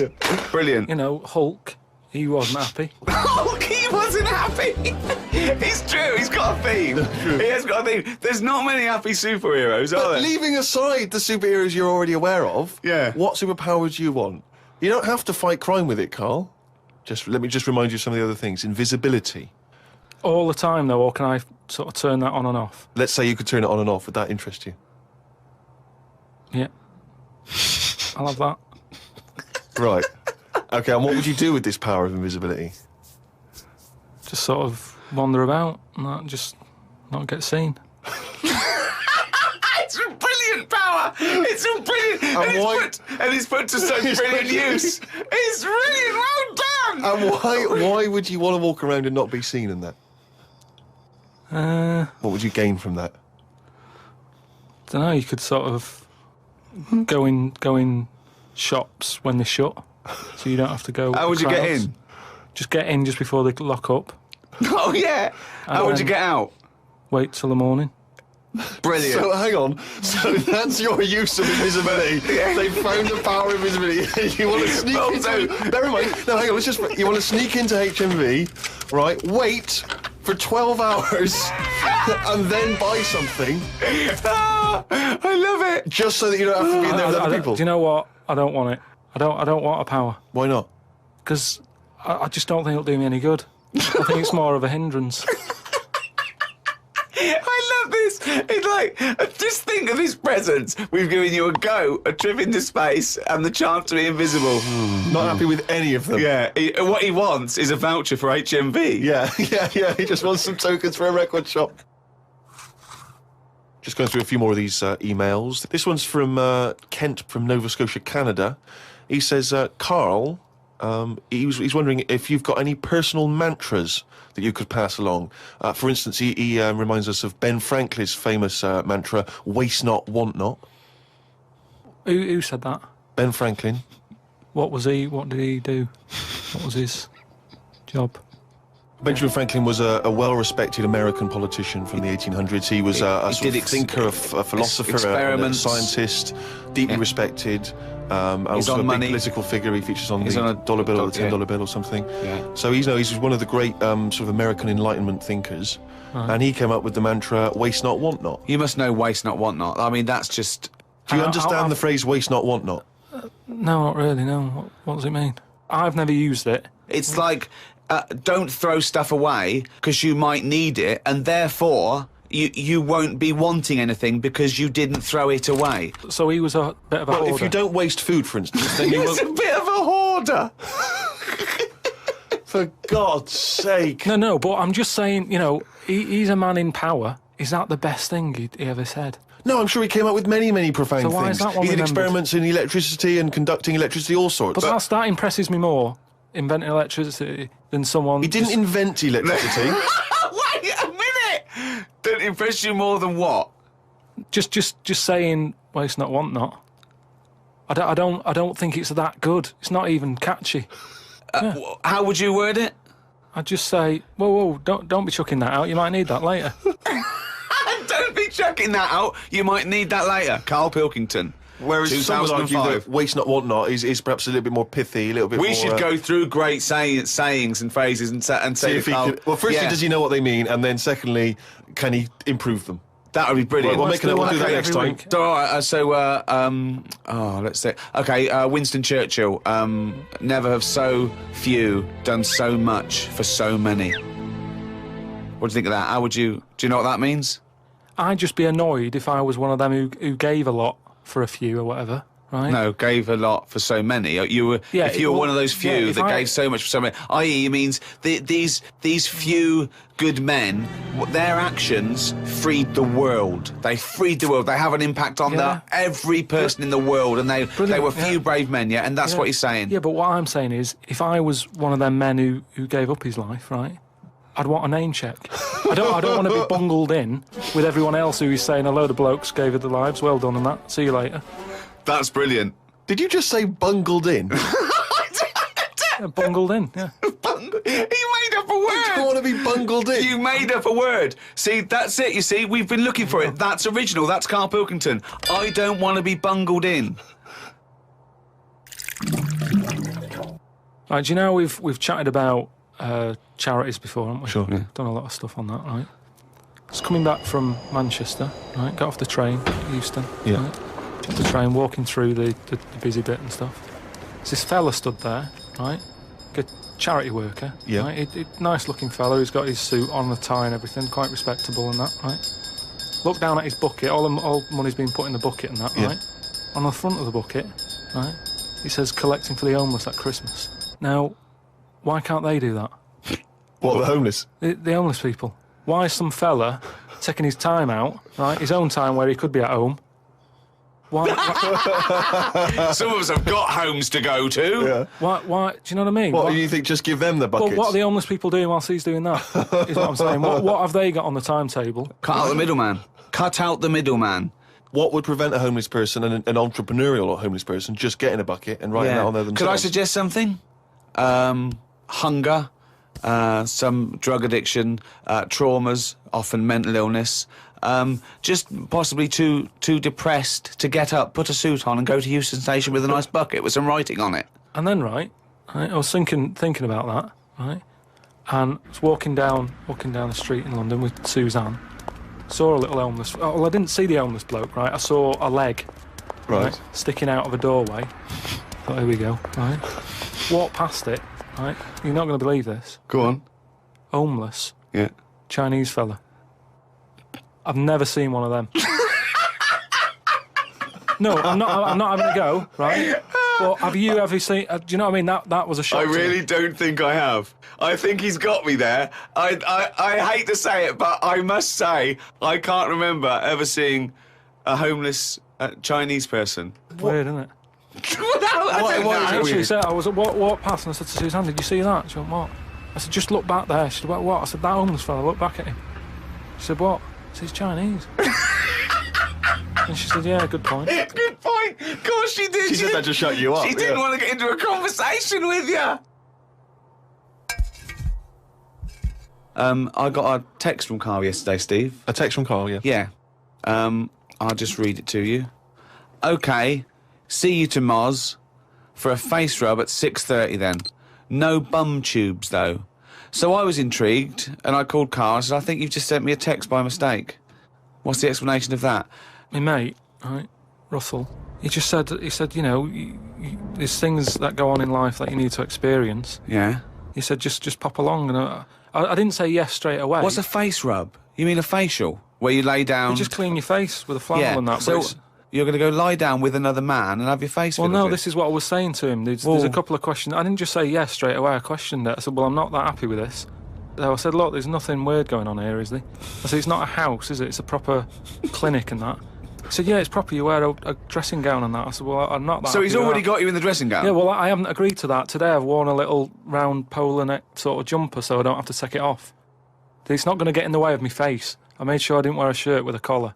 I'm not taking this off. They can put the dressing gown on top of this. Right. I don't know if it's a woman who rubs my head. Don't know if it's a bloke or whatever. Well, the thing is, you get extra, don't you, for your face rub, because your face goes all the way back over the top of your head down to the back of your neck. But all I was, so you've got a big face, haven't you? All I was saying to him is, I'll have the face rub, but I don't know if once you're in there, Right. they try and sell you the old... the bum tube thing. What's the bum tube? Is that a euphemism? What are you talking about? The thing where they pop a tube in and put coffee in your belly and it cleans you out and that. An enema? Why would you have that? I don't want it. I don't think Why you not? need to. Just because I think I've said to you before about, you know, you don't need to be that clean inside. Do you know what I mean? I don't mind washing my face. But what occasion do you need where you're that cleaned out? Do you know what I mean? And it's always a clear tube and that, and you see all the stuff whizzing past. I don't understand why it's clear. I don't know why you've got to see what's coming out of you. Like it's, like the generation game, making notes of what's whizzing past. Forget it. I was watching some different TV, saw an amazing documentary. It was called Tribes. This guy, and he goes and lives with different tribes around the world, these small little indigenous people. And there was one, he went to Papua New Guinea in Indonesia, right, Carl? He lived with the Kombai tribe. All right. Now, this Papua New Guinea is an extraordinary place because it is one of the only places left on Earth that hasn't been fully explored. There are parts of it that it's just blank on the map because they've never explored there. They don't know what's there. They don't know what's going on. So, firstly, that must already freak you out. Imagine that. 21st century, they have no idea what's going on down there. But do they need to know if there's nothing going on? Well, they don't know what's going on. There could be stuff going on. No, but there's no chance that they'll go, we haven't been over there, and someone goes and there's like an Arndale centre. Nothing's going to be there, is it? So there's no... Well, no I'll tell you point. what is there, OK? There's these various small tribes. Some of these tribes are still cannibals, eating people from other tribes. Do they know they could move on? Have they got a telly? Or have they seen a telly and gone, I'm not up for that? Or are they saying... It's not the Amish. They haven't chosen But what this. is the difference between the Amish and these people? Well, the Amish are a group of people that choose to live in that way. These people are just essentially untouched by civilization. I mean, they do have interaction with civilization and people do come there, but they still live in this very, very almost prehistoric way. They did buy a telly, but there was nothing on because there isn't any broadcasters. They couldn't plug it in. Yeah. They're having an absolute nightmare. Yeah. But there was one guy, OK, now he said that his brother was dying. This was a couple of years ago, right? His brother was dying. He said to his dying brother, what happened? Why are you dying? This guy said it was a bloke in another village. OK, he goes over to the other village. He kills this other bloke, right? He eats him, or eats bits of him. The other village gets a bit annoyed. They go, what's going on? Why did you kill this bloke? He went, sorry about that, right? They said, well, you need to make it up to us. He gave him a pig. They said, a pig's not enough. They gave him 5 pigs, so 5 pigs apparently made up for the fact that they'd killed one of them. They said, well, hang on, what are you going to do with this bloke's wife? Why were they bartering? Why didn't they just get the police in and say, what's going on? What police? Yeah. Why didn't they call in Kojak? Because he'd have sorted it out, wouldn't he? What I mean is, right, they're miles away from anything, but it doesn't sound like the great place to live, right? Could they not move? Could one of them go, do you know what, I'm sick of this. I'm moving or whatever and go to a proper city. How far away is this these Papa people to the next They're like the Smurfs. They're very like the Smurfs. But how many miles away from a place with a normal life going on? But think about this, Carl. Firstly, they don't speak the language, so they don't have any practical skills. They've got no experience of civilization. So even if they chose to go and live in one of these cities, what can they do? How can they function? I think there's some bacteria that has better lives than that. That's got to be offensive. Why? Okay, how about this is one of the weirdest things. This is one of the weirdest things, right? Sorry.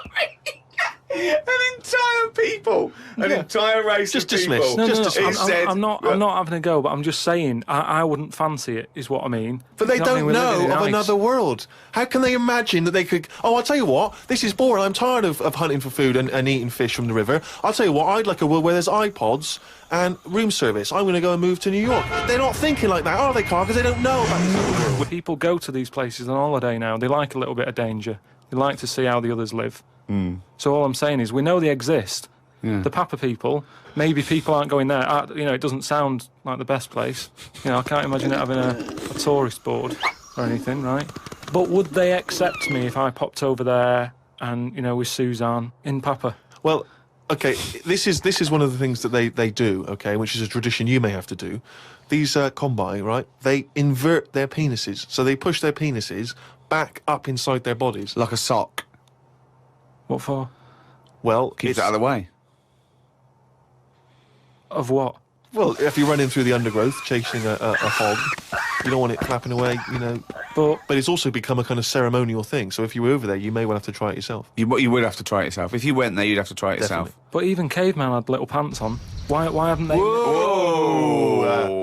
Slow down. Rewind. What do you mean? Again, you've been watching the Flintstones. No, it's just, you know... Is it a leopard skin pair of pants that's actually quite a... Go on. But it's a well-known fact that they wore, like, bear pants or whatever. Bear pants? What do you mean, bear pants? No, listen, you are a qualified anthropologist, so what... I mean that, you know, whenever you see them on footage or in a museum... Footage? Yeah. Whenever you see that Well, early it's a bit documentary shaky, isn't it? footage. Yeah, it's black and white as well, isn't it? Caveman footage.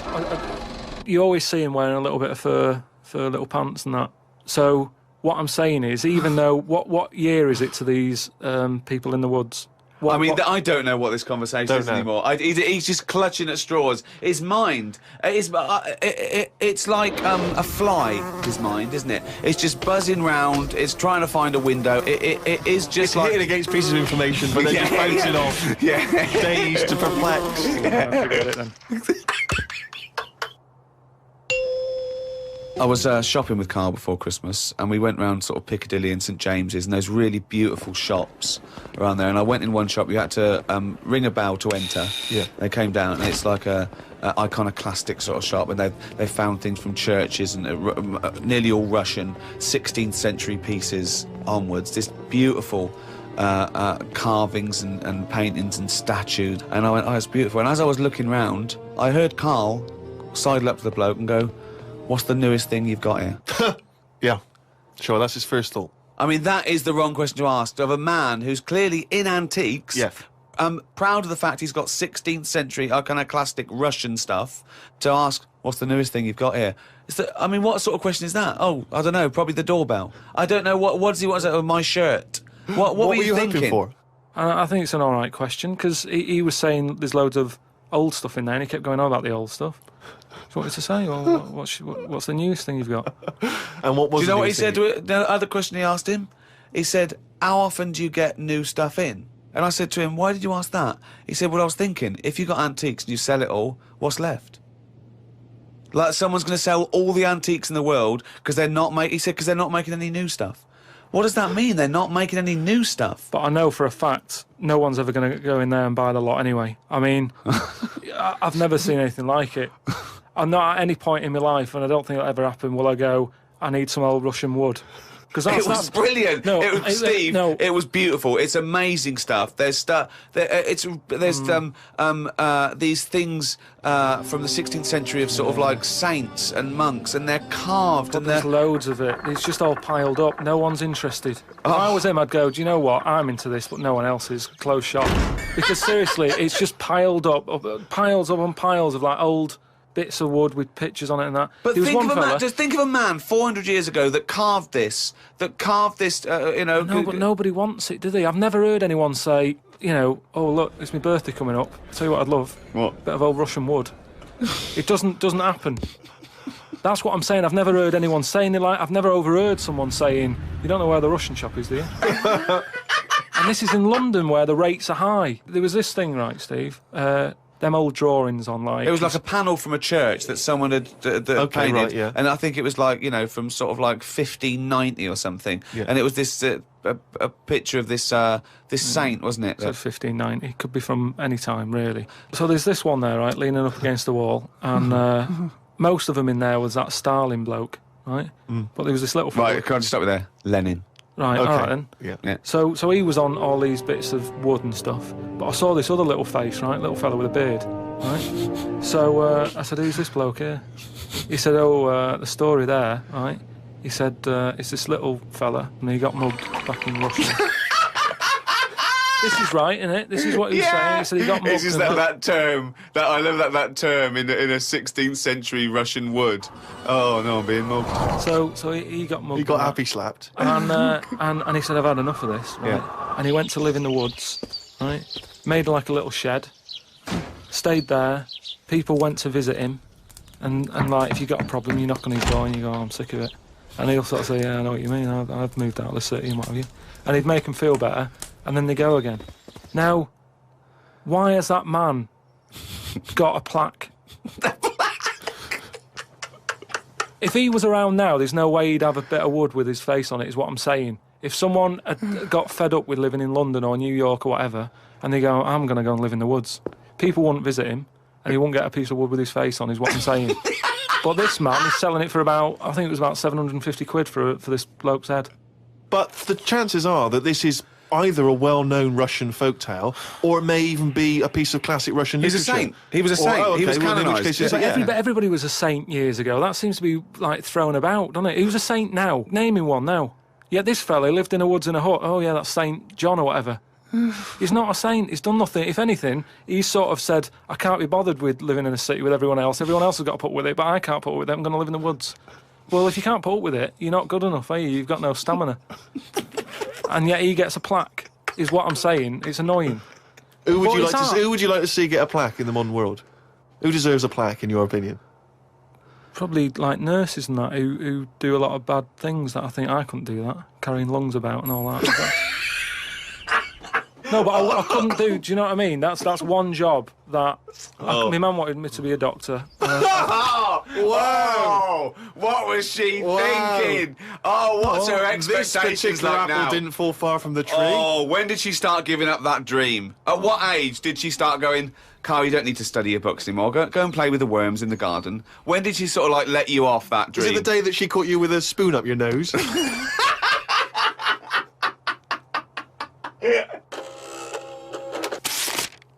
But anyway, talking of emails and that, right? Nick, who's emailed from Australia, right, Melbourne, he's been going on about dolphins and that, problems with dolphins. What problems?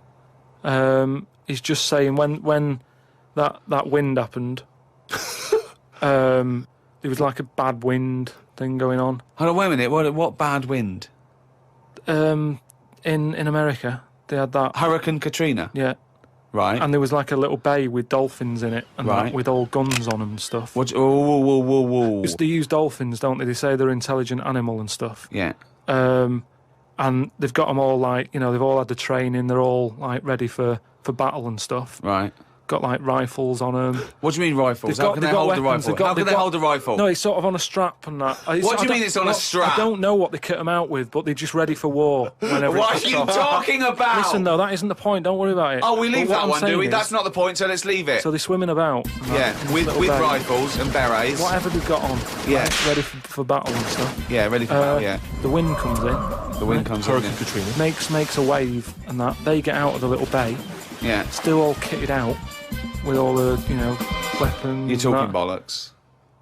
Steve, do you want to look at the email? Well, there's no way. There's loads of dolphins now swimming round, kitted out with guns and that, with a strap. How can a dolphin hold a... Again, you've been watching Planet of the Apes. Oh, he's trying to talk to us.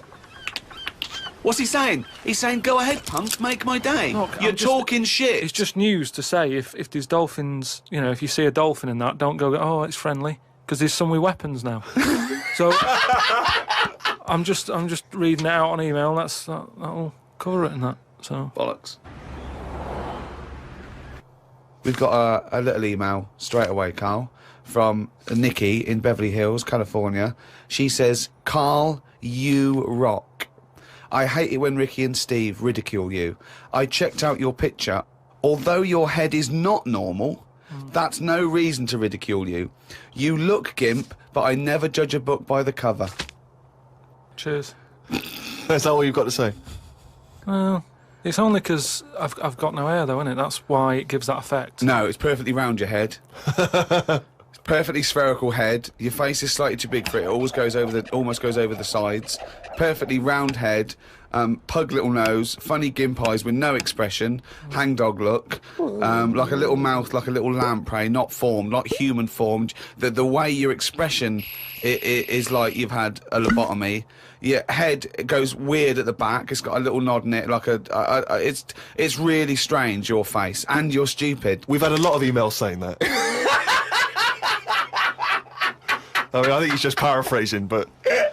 talking of emails, you know, a couple of... I can't remember which show it was, but you mentioned, Carl, that you'd only recently seen a Chinese homeless person. Oh, yeah. And it really surprised you, because you'd never seen a Chinese homeless person. And I actually went along with that. I've still never seen a Chinese homeless person. Well, now, I can just tell you now that there's a few responses from Los Angeles, people saying there are quite a lot of Chinese homeless people over there, because apparently there's a huge homeless community in Los Angeles. So definitely, if you want to see them, Carl, that's the place to go. But we've had one from Vancouver, Canada. China from a girl called Amy, and Amy herself is Chinese, and she says that she realised herself that she'd never really seen a Chinese homeless person, and although she says that apparently Vancouver has the first or second largest Chinese population in Canada, she'd never seen them, and she actually went for a walk around the Chinatown in her area looking for them, and she could not find any on that particular day. So again, Canada obviously not a place to go for a Chinese homeless. It was just a point, though. I don't want people sort of... Well, hold on, though. Wait, I'll stop you there. Hello, Ricky, Steve and Carl. I live in New York City and have seen a Chinese homeless person. Not only is he Chinese, but he is also a midget. He's been living on the streets for the last 30 years. He used to dress in rags, but thanks to a coat drive, he's now wearing a fancy Adidas jacket, right? Now he encloses a picture. He says he gave him $10 to take the picture, and I've seen it, and he's a little Chinese midget fella. I'm just getting a bit worried that people are going out there sort of looking for these. Because they, you know, that's what you requested. No. But all I was saying is, I saw one. I didn't start saying, "Excuse me, can you just give us a smile? I'm taking your picture." Do you know we've what I had mean? loads of pictures of people. I know, and it worries me a little bit. And I mean, it's not too bad about the one who took one of the little midget one, because you know, if he kicked off, it'd be quite easy to sort of hold him back. But I'm talking about fully grown. So is that your warning to people? Don't be taking pictures of fully grown Chinese homeless. Well, yeah, I'm just saying, you know, don't be messing about going up to strangers and that and annoying them and stuff, right? Maybe. Well, I think that's a good rule of thumb. Don't annoy them. But I mean, that is a hell of a sighting, isn't it? We asked for a Chinese homeless, and they gave us a Chinese midget homeless. Many of the listeners are aware, Carl, that you're sort of fascinated by smaller people. Well, he's fascinated by difference, I think. Yes. I don't think he's having a go at people. You're not having, Never having a go. when you sort of stare at someone because they don't look like you, and let's face it, most people don't look like you. You're not having a go, are you? Well, like I say, first time I saw Steve, I was never having a go. It was just, oh, that's different. But you know, like you know, Steve, I was never having a go. It's just that thing of, oh, right, interesting. What do you mean? No, just you know, I've said before about I've got used to it, and Steve it's the got same. used to it. What do you? I don't know. Well, you know my feeling with this. I don't really know where he's coming from. But Steve knows I'm not having a go either. Yeah. Carl used to carry around a book that was called the top 50 freaks of all time. Well, it's interesting you should mention that, because we actually had an email from Richie who says that he's been a fan of ours for many years, and he's listened to lots of the radio shows we've done in the past and things. And he says, of all the people you've discussed, Carl, in the past, including some of the people from your you know, odd magazines, who would you most like to spend the day with, of all those people that you've encountered? Favourite of all? Well, certainly who you would want to spend time with, who you feel would be the most fascinating, the most interesting. You know, I mean, let's just recap on some of the... Pillow Man, the bloke with no arms, no legs that can roll a cigarette with his mouth. Yeah. No, not impressed with him. That's not sufficient. What about the three-legged juggler? So hang on, let's just recap. This was a man with 3 legs? 3 legs, Right. And it said his job, he became a juggler. Okay. Not using the gift that he'd been given. What you suggest? Anything. Running, swimmer. Just, you know. Yeah. But yeah, What else what are was the there? others? What are the other ones? There was a picture of a gentleman who was fascinated by him. He used to play the piano. Oh, he's got a tiny head, doesn't he? Yeah, that's that. That's the one who he sort of ages fast. Right. So like every other week he's having a birthday and stuff. And yeah, that was weird. He's not having a birthday every other week. His body's just aged, so as the appearance, his biology is sort of like he's 70, but he's only like 15. They don't have a birthday every week. You idiot. But yeah, I don't know about knocking about with one at a long time though. That's Only for a day? I suppose it depends what I'm up to. Because if we're going out and about, the Pillow Man would just be a bit of a drag. Whereas if you're going for a walk across, the 3-legged guy, ideal. So yeah. Oh. Lots and lots of people emailing just with questions for Carl. Just a couple of quick ones for you, Carl. Wendy says, if Carl had to eat the same dinner every day for the rest of his life, what would he eat? You see, it depends, doesn't it? I mainly eat just so I keep going. I'm not that bothered about, because I don't really taste it anyway. I just shove it down. You're like a horse? I mean, to be honest, it annoys me the way people worry about food now and how there's so much to choose from. I think it's got out of hand. I'll watch... Any form of choice really worries you, doesn't it? No, you it's don't just, like choice. No, choice is good, but not too much. It's like with anything now, if you go into a toffee shop, there's like loads of different... Where are you going to find a toffee shop? You're in a fairy tale. You're in a Dickens tale in the 19th century. You're in Shrek. And you go into a toffee shop. What's your point? You go into a toffee shop. What I'm saying, you go into a shop full of toffees. You've just come from the candlestick maker.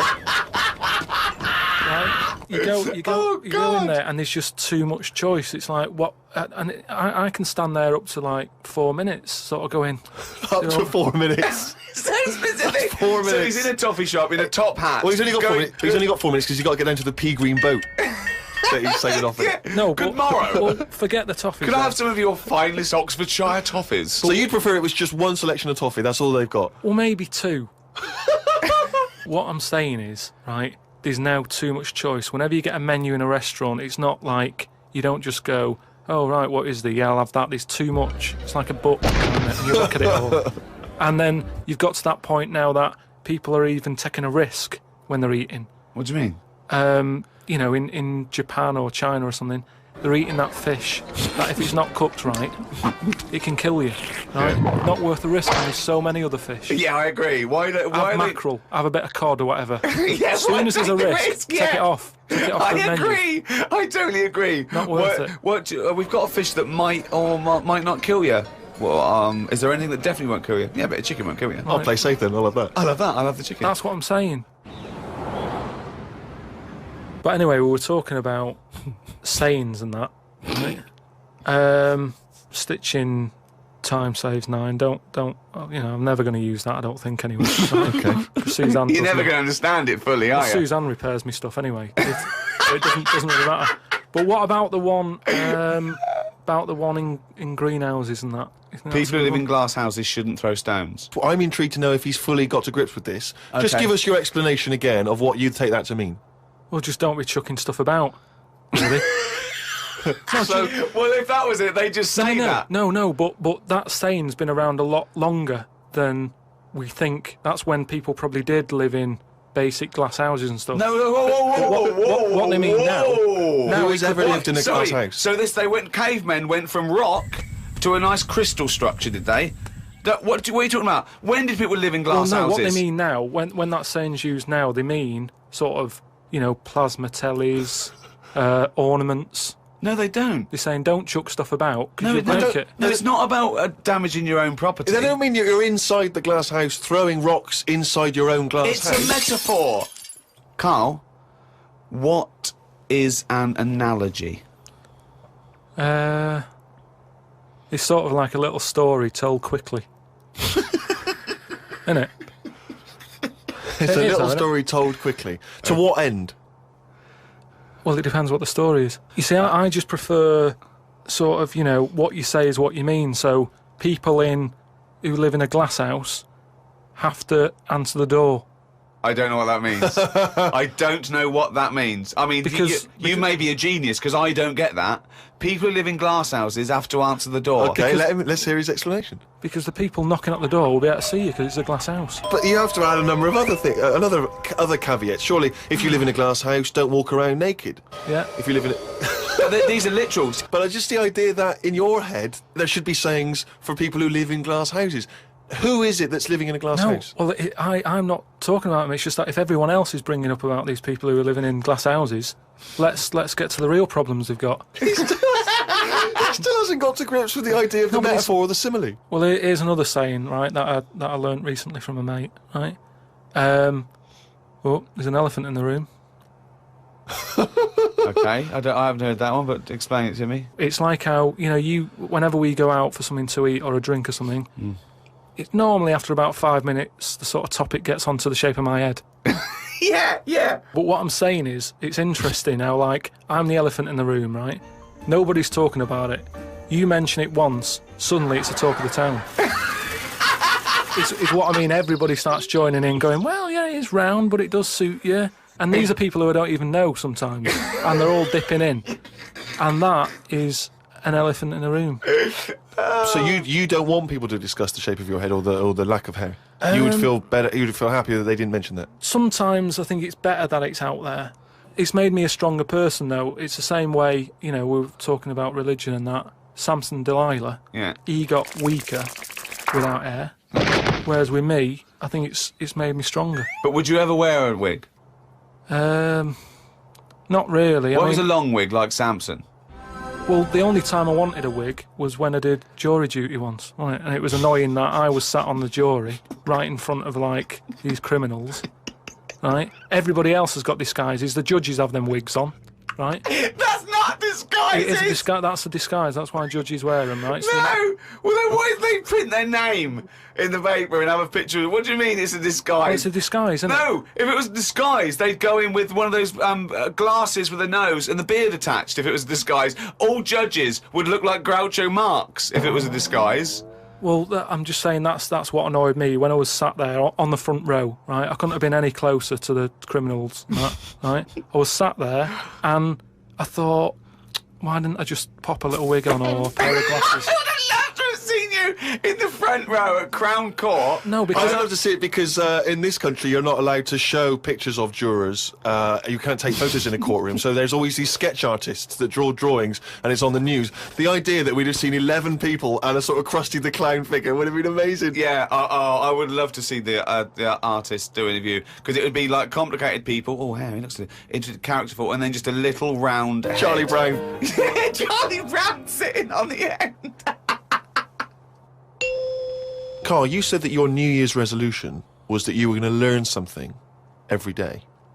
yeah, Have you learned anything today? If I can. Today, like, I don't know the full facts of it, but Could I just say that when someone says they learn something new every day, that doesn't count if they forget it the next day. no, but, Because that would be Groundhog Day learning. well, the thing I learnt today was about an octopus. Oh, Go on. What they can do is, you know, they've got 8 legs and that. Yeah. They Tentacles. they can use 6 of them legs to cover their head, so they look like a little stone. And use the other 2 to run off. Right? But that's He's thinking of Squiddly Diddly. Yeah, it's a Disney image in his head, isn't He's it? thinking They're of pink. but anyway, that's you know, So that's it's not Pink the main singing thing. a song in your mind and running off, yeah. No, but anyway, but something else I learnt, right? It's mainly about animals and that, because that's Yeah. normally quite interesting. Yeah. There's a chicken somewhere, Oh, yeah. Oh, yeah. And Specific. and the owner of it was getting fed up because, you know, he had to feed it and that, but it wasn't. Embellishment. It wasn't, Guesswork. No, come on, let's hear it. it wasn't giving anything back. No eggs. No eggs, right? So he was like, oh, I'm sick of this. Anyway, someone told him, pop a little axe next to its little house, right? So when it comes out in the morning thinking, oh, I'll have another lazy day doing nothing, right? He saw this axe and suddenly it was like, oh, right? I'm Next for the day, chocolate thought, yeah. it laid about 6 eggs. It's rubbish. Through Squeeze worry. them out. It's super rubbish. quick. A chicken wouldn't recognise an axe as a threat. It wouldn't be able to reason that I better start working or I'll be meat. I better start. It's absolute rubbish. Once again, it's this ridiculous thing you got that one personifying animals to reasoning powers better than yours. I mean, I think you make chickens and monkeys cleverer than you in your stories, which is weird. It didn't happen and wouldn't work. Next, what else haven't you learnt today? Do you think then that it's worth looking after animals then if there isn't any memory? If they don't know what's happening anyway, you're always going on about don't be cruel to things. Why would you ever want to be cruel to an animal, whether it can reason or not? No. I mean, I don't mean really cruel, but I mean like there's an advert on that's on in the, you know, in Britain, advertising some supermarket, right? And it's saying, you know, we look at before, you know, we kill our chickens and what have you. They have a great life. This is like the voiceover, and you see a happy chicken. Yeah. And it's going, we give it a good little house to live in. It's got straw. Yeah. It eats good. Yeah. And then we kill it. Right? Yes, but that's better, isn't it? Well, no, I don't think it is, though, is it? Because at the end of the day, if I was that chicken, right, I'm that chicken, loving my life. I can't believe me luck, right? It's got its nice little field that it's working on. Yeah. It's got its nice food and everything. But it's going to die. Yeah, we're all going to die. But then, if you were like a rubbish chicken, that had like a rubbish life, you'd be going, oh, kill me. Carl, they're not thinking what's going to happen tomorrow. They don't know that they're going to get for the chop, are they? A chicken's not going. I'm fed up with this. I can't wait for that axe to be used on my neck. Yeah. Well, that's another... now you've mentioned the cutting off of an head, right? Yeah. On the chicken. That's something else I've learned, right? It's like a pinball is mine. Amazing. Isn't it? Ding dong, bong, dang, ding, ding, dong, dong. Oh, head, ding, ding, chicken, ding, ding, ding, ding, head off, bing, dong. No, right, but this was in a proper science magazine as well, right? Yeah. So you can't have a go. This wasn't something on the internet. This was printed in a magazine. You read it. Okay, and what was it? And here comes the filter. It's going to come out nonsense. Right, well... You could have Professor Stephen Hawking sitting there whispering stuff in your ear, and it could all be true. But when you said it, gobbledygook. Well, let's see then. Let's see, right? What they've done another experiment, right? Yeah. They've cut somebody's head off, right? And they've worked out that when the head comes off the body, it stays alive and that No. for 30 seconds. Well, no, they don't know that. They can never know that. No, they did it. They did this experiment. What's alive? What's alive? But there's loads of issues here. One, no one's experimenting with human beings cutting their head off, Carl. Well, two, no. Sorry, you read this in what? Executioners Monthly? This is in a two, proper... Carl, it's what your definition of alive is. Because you can be alive and have no conscience. No, but this is where it gets weird, right? Yeah, I haven't told you that. this is where it gets weird. You talking about it. So the head's off, right? Yeah. And what they did was they chucked a load of questions at it.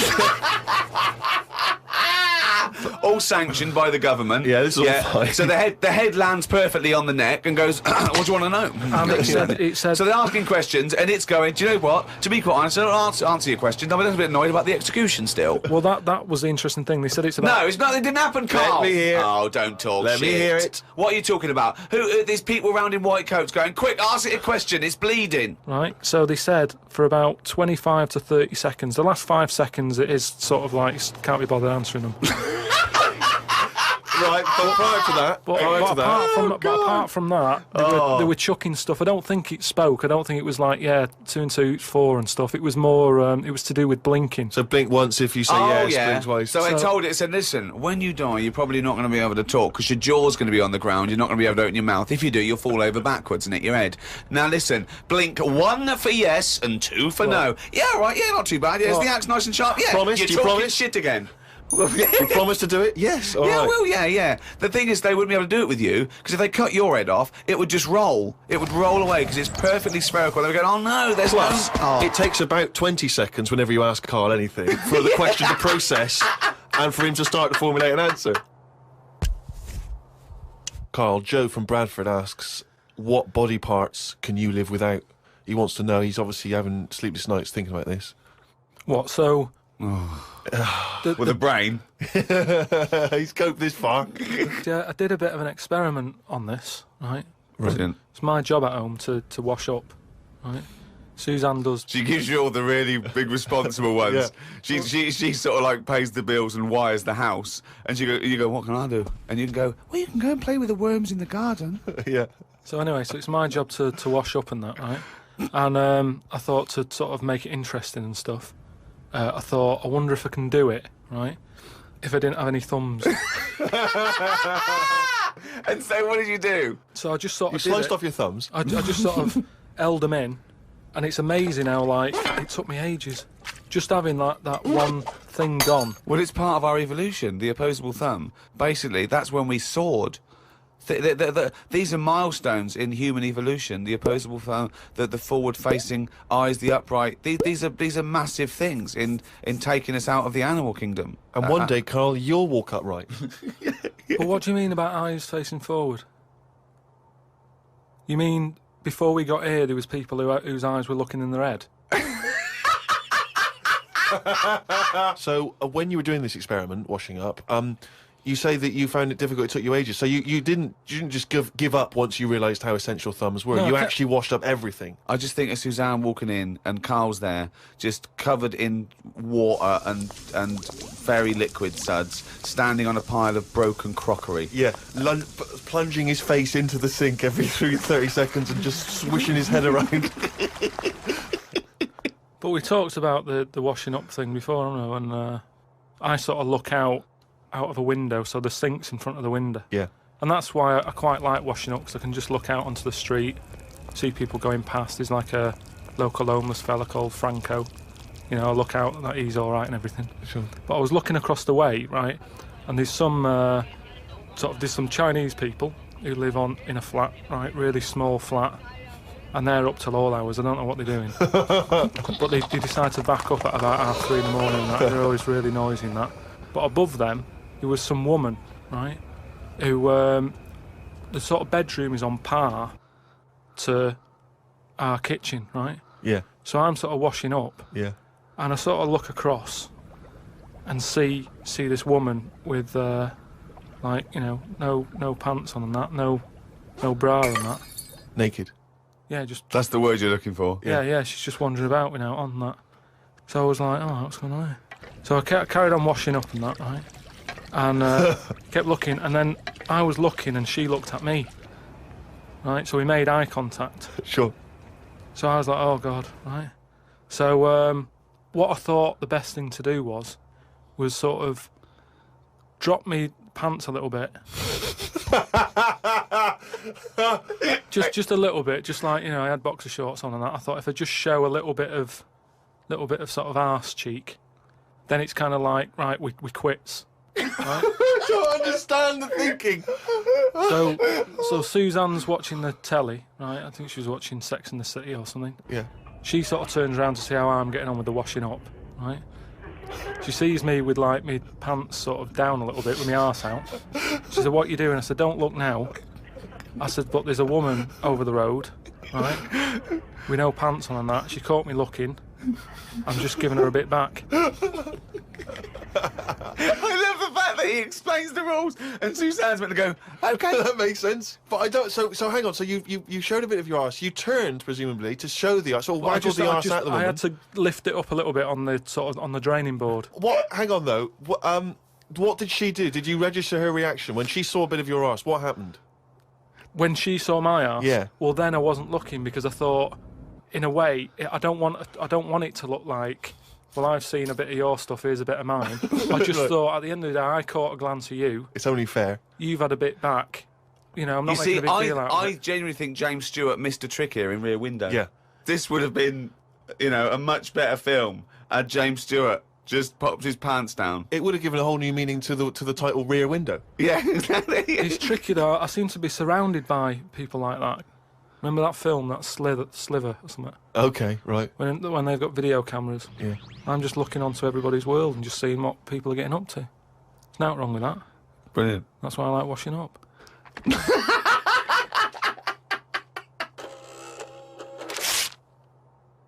We were talking about famous mantras and sayings and things. Yeah.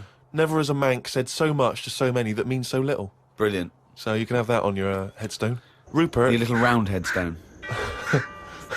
Rupert's in the Isle of Man. He says, I don't know if you knew this, Carl, but apparently octopus's testicles are located in their heads. Yeah.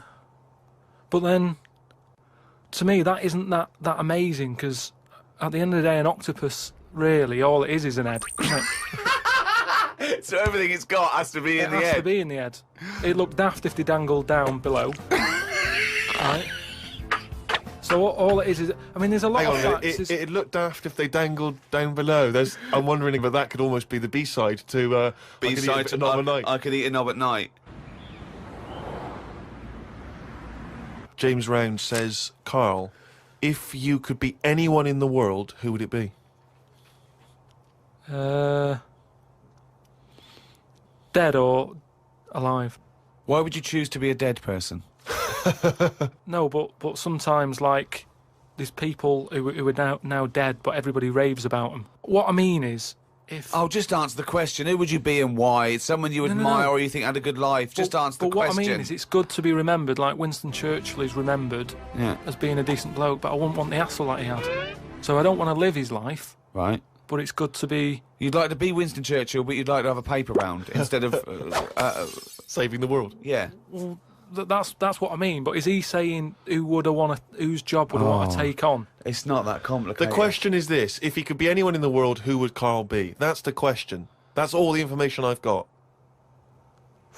A lot of responsibility on a lot of jobs, isn't there? So, some of the names flowing through your head now? I was thinking Bruce Willis.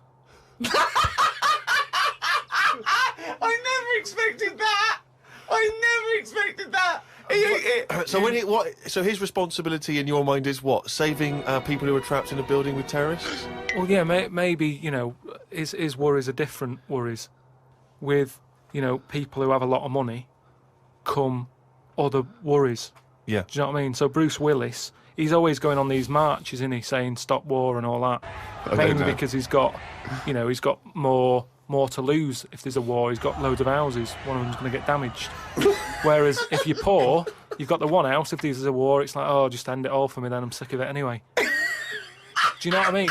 Sure. Whereas Bruce, yeah. With successful life and happy life, there's more for you to lose, is what I'm saying. Right. Like at the moment, because I've finished a job that I've been at for 10 years, right? I've finished working there, so suddenly I've got my timetable's a bit out, and I haven't got enough of a routine, and I'm a man who likes to know what I'm doing. Right? Yeah. So now suddenly 5 until 7, washing up with no thumbs. I've sort of turned into like an old person, where the little jobs that you shouldn't enjoy are now the main event. So but hold on, how old are you? You're 31, aren't you? 32. 32, and you're pottering around, not knowing what to do with yourself. Well, like yesterday, Suzanne's shoes needed to go to the cobblers, right? I haven't heard the word cobblers. I didn't even know cobblers still existed. I only ever see that in Christmas films made by Disney. Well, I had to go and do that, and that suddenly... Because last time you were going to the toffee shop. Yeah! And now you're going to the cobblers. Next week it's the candlestick maker. But all I mean is that suddenly is a nice little day out. I'm sort of putting my coat on, going, right, I'll go and see the cobbler now and go and have a chat. Tell me about the cobbler. You didn't come back with 3 magic beans, did you? No, the cobbler's all right. He's doing, he's fixing shoes and that. He's cobbling all day. Have I told you about my Uncle Alf, who was a cobbler? No. I'm sure I told you about him. He's the one who he lived in like a bedsit, and he had 2 tellies. He had like one that the sound didn't work on, and one that the picture didn't. But both together, it worked. Oh, right, okay. So as long as he was watching the same channel on both, sound came out of one telly, and he'd watch the picture on the other. Brilliant. And he slept in like a rubber dinghy, right? But he was... Whoa! You can't just let that slide. Why did he sleep in a rubber dinghy? He just liked boats and stuff, and he sort of... Yeah, I like boats, but they're better on the water. Beds are better to sleep on. Boats are better to sail on. Well, he just had it in there. It's a bed sit. It was really tight space. Boat sit. He's got this. He's moved into a dinghy sit. He's got this dinghy, so he's thinking, well, rather than it get in the way, I might as well use it. Yeah. Right? But he was a cobbler, and he used to like repair like my shoes and that, right? Yeah. But he'd always sort of overdo them. Right, so What do you mean? like Fancy. do you know like Pimp My Ride on MTV? Yeah. Because he does up shoes, he'd go mental on them. What do you mean? There was the stereo. Yeah. Well, no, There was horns. He'd sound... Here Go comes faster Karl stripes down the side. Yeah, here comes Mr. Pilkington. He's got the fastest shoes in the land. No, he'd just make shoes that would last forever. So instead of putting like one sole on, he'd put about 5 on. So it looked like one of them built-up shoes that you never see. He'd just put loads of stuff on. They'd last forever. But they did. But they look like I was- orthopaedic shoes. Yeah. It just like suddenly I was like 6'7" whenever he'd sort of sorted my shoes out. But he's a cobbler, and it's work. That's always there for you, isn't it? I suppose so.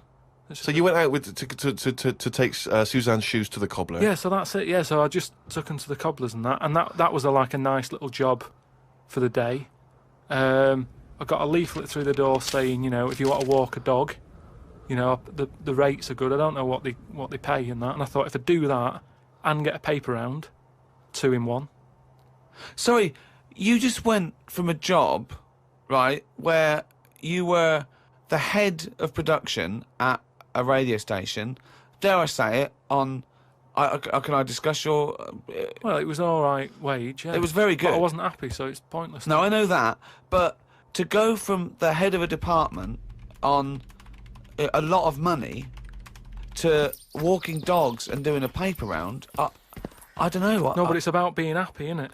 I know, but that's commendable if that's true, but... okay. And all that right. makes you happier. Well, I haven't walked the dog yet, but I'm just saying if I do... I mean, I'm not taking it if it's raining. I'm just thinking if it's a nice sunny day and I fancy a potter, I'll go round to her and say, well, how much are you paying? I'll take the dog a walk and stuff. But I can't believe some of the words that have cropped up. Potter, cobblers, toffee shop. It's very, very strange. Do you live in Narnia? A lot of people are sort of emailing in sort of brainy stuff.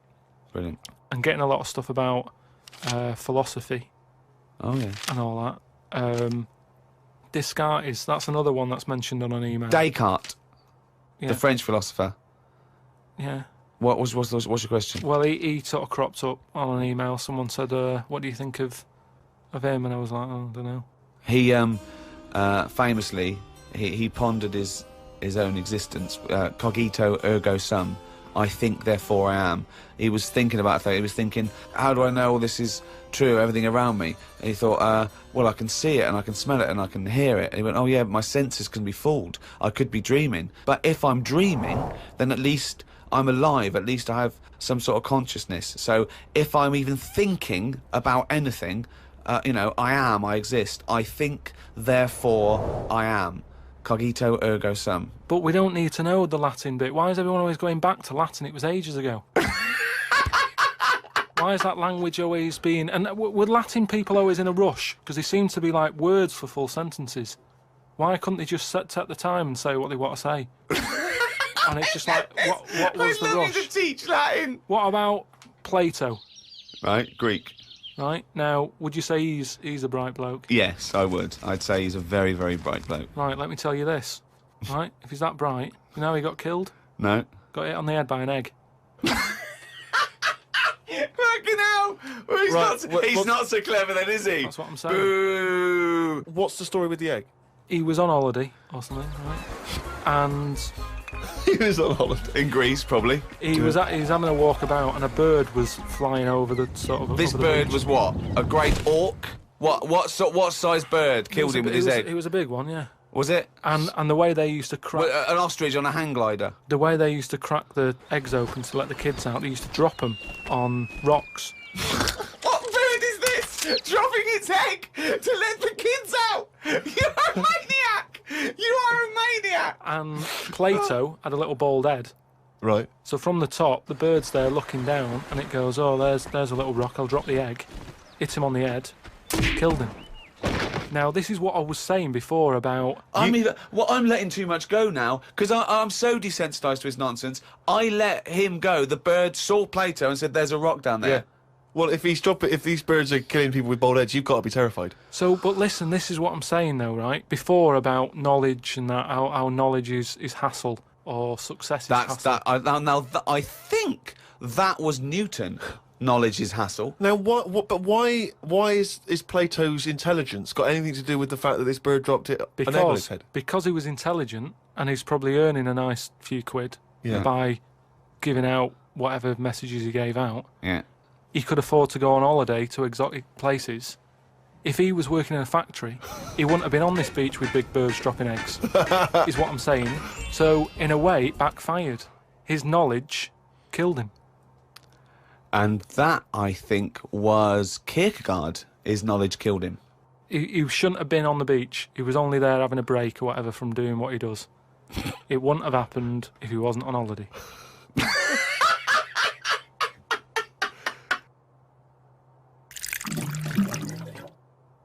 This is an email we've had saying, Carl, what do you take by the well-known saying, a stitch in time saves 9? Oh, a stitch in time saves 9. Yeah.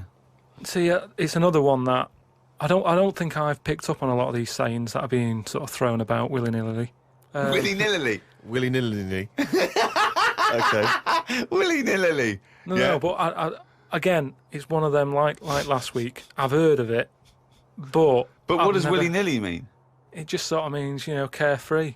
That's right, yeah. Okay, So but what that's does a good. stitch in time So save 9 you mean? understood willy-nilly, so you used a Yeah, but it phrase. sounds you nice, used doesn't it, you said it willy-nilly, but you sort of got the gist of it. So what does a stitch in time saves 9 mean? I don't know. What do you must mean you know. don't know? Think about it. A stitch in time saves 9. Is it to do with sewing? Well, yeah, sort of. So It's not that clear. So if you got a jacket, Yeah. and the seam starts coming undone, oh, there's a little bit of seam. I'll leave it. Oh, it's getting worse and Right, worse. Soon right. your sleeve falls off. So you just need 1 stitch there, that'll do it. If you do it now, later you'll need 9 stitches. And that, of course, is an analogy to other things. But it depends if you're busy at that point, because if you've got something else that needs doing, that means that isn't being done because you're messing about sorting out a hole in your coat, is what I mean. Yeah. You can't always do stuff straight away. So maybe, I don't know if there's a sort of a middle ground where you don't have to do it straight away, but stitching A stitch sometimes time, today. say in 15 or whatever, meaning you don't have to do it straight away, but just do it before it gets really bad. Brilliant. Do you think yours is less poetic than a stitching time saves 9? So yours is, this is what you want it to be a quote, right? Where, well, you could do it now, but if you're doing something else, then, you know, well, don't do it immediately, but do it soon so it doesn't get really bad. Karl Pilkington. No, but it's the same. That's the same way I treat most things in life. It's like I never go to the doctors unless it's really That is sensible. bad. That is very good advice. No. That's brilliant advice Well, for it anyone is, though. listening. Never go to the doctors. Unless it's really bad. But that's why a lot of people, you know, die because they don't want to bother the doctor, or they're mildly embarrassed, or they don't know symptoms, bad symptoms. Go to the doctor if you're not sure about something. Like you were terrified to go and have your prostate. Still not doing it. Why not? I wish you wouldn't talk about it, because now Suzanne will listen to this and she'll go, "Oh yeah, you haven't been," and start dragging it up again. But why are you worried about a little a qualified doctor? I don't know what they're doing up there. What they What just year pop are the- we in? They. What are you talking about? They pop their finger up. That's what I mean, though. Why? Why are they still using the index finger? What, would you prefer the forefinger or the thumb, would No. you? No, what I mean is, we've got... Or a thumb on a stick, some kind of thumb on a stick. Yeah, would you prefer it to A be mechanical thumb, a robot thumb. Why isn't it just a little camera? Well, they put the camera up if they initially discover something.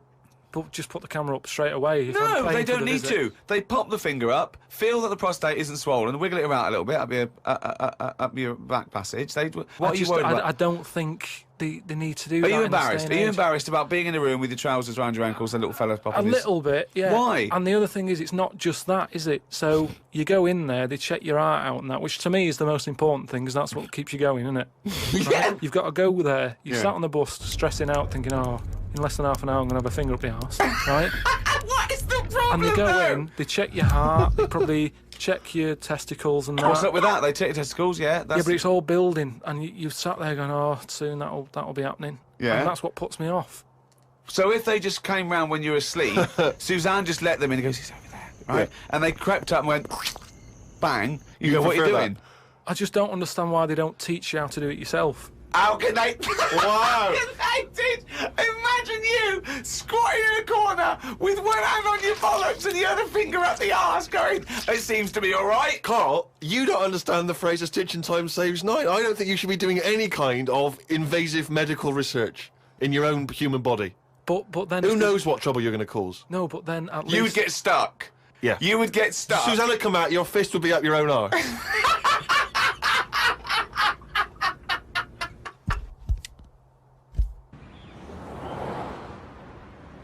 Harry from Canterbury wants to know whether any of us have ever had any cruel nicknames. He claims that he's quite tall and rather hirsute, and he says he's often called Lurch or Wolfie. He's always thought that Carl looks a bit like Mr. Potato Head. Yeah. No, there's no potato that round. But I suppose you could fashion a potato to be that round. Yeah. Maybe we could, if anyone can carve a potato into the roundest head ever, pop a couple of eyes on it. Make it look as much like Carl as possible. Exactly. But yeah, any nicknames? Did you ever have a nickname, Rick? No, mine was boring. I didn't have any. It was just around the name, like Jerv or something like that. No, I didn't have nicknames. I always wanted a nickname.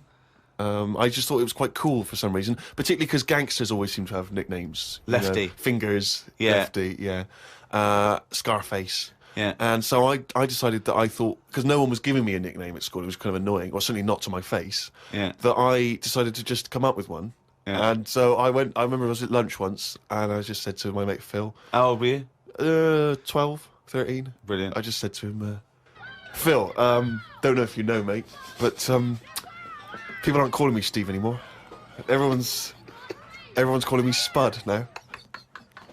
Now, I don't know why I thought Spud. It's weird, we should talk about Mr. Potato Head. I don't know why I thought Spud was a was a cool nickname. I think It's a grown-up name, though, isn't it? and it's also because I think it sounded like it was probably either something that you'd find in one of those kids' books, like the Famous Five, or like the Bash Street Kids. There'd be Spud, and I always imagine with Spud, he's not the leader of the gang, but he's a reliable member. I think You know what I mean? Spud is the biggest lorry driver in one particular sort of car park. Yeah. Oh, here comes Spud. Yeah. And he gets out, all right, boys. And he's big and massive. And Spud can eat 2 breakfasts. Exactly, yeah. But I just, in my mind, it was, that I would be one day part of a gang, and it's, I'm Pinky, this is Jojo, and the tall guy's Spud. And you didn't catch it on, never did it? really caught. And he just went, oh, yeah, right. And no one started. And I was hoping he'd go, everyone's calling Steve Spud.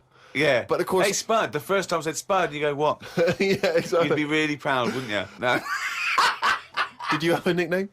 Not really. I mean, there was a lot of people on the estate that I grew up on.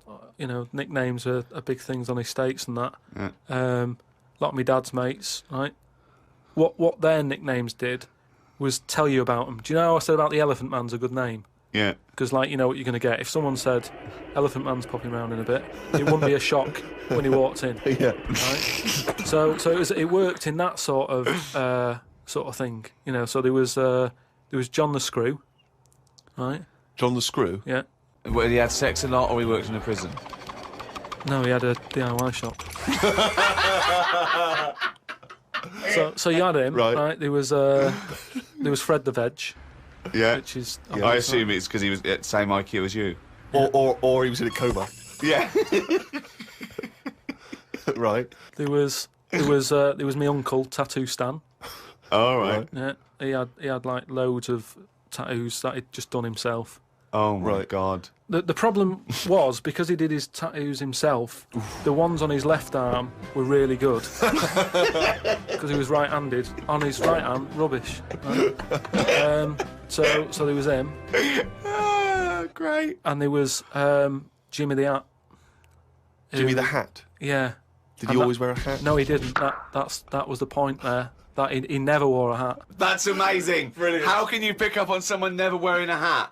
How would you ever notice? I'll tell you what, I've noticed something about Jimmy. What? Go on. He doesn't wear a hat. Why was he not called Jimmy the Parrot? Because he never carries a parrot. No, but that's just the way. I mean, that's how they work. Innit? I mean, Here comes Jimmy 3 Legs. Why'd you call him that? He hasn't got 3 legs. I didn't really have one apart from I had a CB. Like when you'd go on a CB radio and have a chat to people. Oh, this was a craze in the was it late 70s, early 80s? Sort of early 80s. And it was just short band radio, wasn't it? Everyone had these little handsets and they'd speak to each other in the sort of local area. Yeah, it was mainly, I think it started off with like lorry truckers drivers, and isn't it? Yeah, truckers, yeah, because there was that thing from like about 1977, Convoy. it was Convoy, yeah. Yeah, so I had one of them, and the handle, I had 2 Handle different names. is your nickname, your yeah, name? there's loads of code stuff. Yeah.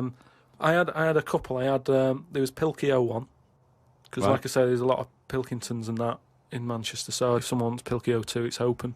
Do you know what I mean? They can have it. And then Like it's people scrabbling. I want a Pilkio one. and then because I did boxing and that, Well, you did it once. Yeah. I'd Boxer Boy, because I thought that's quite a good image as well. That's kind of like people going, oh, don't mess with him. Do you know what I mean? Yeah. If he asks what your handle is, tell him. Do you know what I mean? Yeah. It's Boxer Boy and that. Yeah. So just had them 2, and I used to just go on there and... Pointless. What is the point of this? Well, you just meet people, don't you? And you So- don't meet people. You say, "What's your handle?" They go, "Box Boy." What's yours? Rubber duck. All right, cheers. No, It's but ridiculous. then you'll say, like, then you go, oh, what's your 20? What's that mean? That's, where are you? Well, why don't you say, "Where are you?" Because just in case there's someone who's listening in who you hear about this all the time, don't you? People listening, jotting stuff down. Oh, right. So just in case someone in the world doesn't know what handle means, they're out of the loop. They're out of the loop. It's not a difficult code to crack, is it? If Yeah. you're trying to track someone. It's hardly the head of the mafia talking to each other because the FBI are on the wire. It's ridiculous. Like I go, "Oh, he keeps saying that, what's your handle?" And they come back with something else. I can't work out what's going on. No, it's like anything, isn't it? That's what codes are all about, isn't it? You set them up and that. Go on and tell me the code then. Reveal at long last to the world what Yeah. these codes are. Right, so Yeah. what's your 20? Where Oh, are you? this is better than the Enigma. Yeah. Right, now here we go. Right. How many candles are you burning? Does that mean how big's your car or something like that? Horsepower or something? See? No, that's Oh, how old are what you? time is it? No, how old are you? What? How old are you? Okay. Right. Right. How many candles are you burning? Of course. Yeah. So what's the answer? Come back. You go. I'm 15. 14. Brilliant. That code. There's no one going to work that out. I wish you'd have kept a diary of this, because this has been fascinating. Now and again, someone will come in and go side on, right? What's that mean? And that means like there's someone sat there listening into this chat and going, "This sounds interesting," Yeah, no, it doesn't. Unlikely. Yeah. and they want to join in, so they sort of go side on. You go side on, bring it in, right? And they go, "All right." How many candles are you burning? Yeah. What's your 20? That's it goes round again. Yeah. See you later. What's your 20? How many candles are you burning? Oh. And, I mean, it seems to me that what you should have done is made a note the first time, so that when you then speak to them again, you don't need to ask them those questions. Can I just confirm that you're burning 15? We do, of course, Rick, every week get thousands of emails. Emily from New York has asked Karl this. Karl, if you were on a sinking ship, or you were in a burning building, and you were with myself and Ricky, but you could only save one of us, I don't know why that's the case, but you can only save one of us, Yeah. who would you save? Would it be Ricky, or would it be me? I think it's a two-man dinghy. Right, okay. Possibly. And we're trapped, and he knows that if he stays there to get both our legs out from under this thing... The girder. Yeah, that's he full on. dies, so he's got room, he's got time to save one. It's obviously me. It's hard to say, isn't it, at this point? What, it because depends what the Steve's in the situation- room, you mean? Well, no, just because we don't know what the situation is. Okay, well, let's say we're on a sinking ship, all right? So you're going to have to rescue one of us, drag us into the dinghy. It's going under. You know, in 30 seconds, okay, this ship's going to go under and drag you down, and you're going to die, right? And our legs are trapped, and you've got enough time to untangle one set of legs. Whose legs do you untangle? Now, just because my legs are long does not necessarily mean it's more complicated. No, it's exactly the same amount of time. Just have to make a choice. A terrible choice that Steve would not, hate you for. Well, no, listen, But if he all won't I'll be say around is- for long, he's going to drown in 30 seconds. Well- Forget him. So, bear in mind this, Karl. You are going to be stuck in a dinghy with Ricky Gervais, and who knows how long that's going to take. Think of all the head squeezing that's going to be going on, the comments, the wind. And do you honestly think that he's going to, if there's any provisions, that he's going to split them evenly with you? I mean, he's going to have drunk all the water, and there's only going to be about half an hour in. The food's going to be gone. Look at his gut. Look how much, of the food he's going to have to eat, the baked beans that you've got on board. Whereas on. me, you know how generous I am. I'm always sort of helping there you we out. go, Karl. I think he's put the nail in his own coffin there. You know how generous I am, Karl. Let's talk about that, Karl. Come on, think about that one. Yeah, I mean, have you forgot about that, Steve? What? The time when we went for a coffee and we had to have a bit of a heated debate about the 50p change. Yeah, you owed me 50p, Oh, I'm not and you liking- decided you didn't want to give it to me because it was only 50p. And my point was, it's not a question of 50p, it's the fact that it's not your decision to decide not to give it to me. If I want to be generous, that's my decision. But you can't go, oh, it's only 50p, Steve. It's my decision who But was you just given him a free keg of beer. Yeah. and No, but yes, but that did not come to you, and you didn't pay for the free keg of beer. It was a matter. promotional thing that was sent to you. Doesn't matter. it's the same thing as the way I gave Suzanne my leaving present from my last job. A lot of people may not be aware of this if they haven't heard us talking about it before. Yes, but you had a gift from your work as you were leaving after however many years of service, which you then gave straight to your girlfriend without telling her that it had been received from people at work. Doesn't matter, she wanted a camera. It's the same thing as you. You wanted that lager that I got for free. It hasn't cost you anything. It doesn't matter where I got it from. So you now decide, because you've given me a free lager, that you can now say, oh, actually, I'm not, in the future, I'll just take your money, Steve, on a whim. Well, Listen, stop arguing like this. You're rocking the dinghy. Karl, have some of my cheese. Imagine if he would ever say that. Can you imagine him ever offering you any of his cheese? Are you going to save Karl, mate? I don't want to say. Well, think about it and... I might do a sort of a for and against or something, and then so the conclusion is... Okay, all right. A few people have sent this in, including Paul, the party animal Parker. For some reason, we've just assumed he's in school. I don't think there's any actual proof of that. But do you think... I reckon he left in June, and he's doing sort of bits and pieces, but he's still not a party animal. Do you think he can hold down a job? Is he just partying so hard that... He can hold down a job. He often arrives late. Sure. And the boss, who's in overall, go, Parker, you're late again. He goes, yeah, talk to the hand. Yeah. I think that he's the sort of guy that he'll just happily say, listen, I survive on 4 hours sleep. Yeah. Sometimes I go to work, I've not slept at all. But I think he comes in with his headphones blaring, right, on a skateboard, and the bloke goes up to him, the old bloke, right, the old fuddy-duddy bloke, goes, you stupid idiot, you can't... He goes, chill out, man, and in 2 minutes, he's got him dancing. Oh, I know what he's like. Yeah, he is just like, you just can't resist it, because he's just a fun guy. Yeah.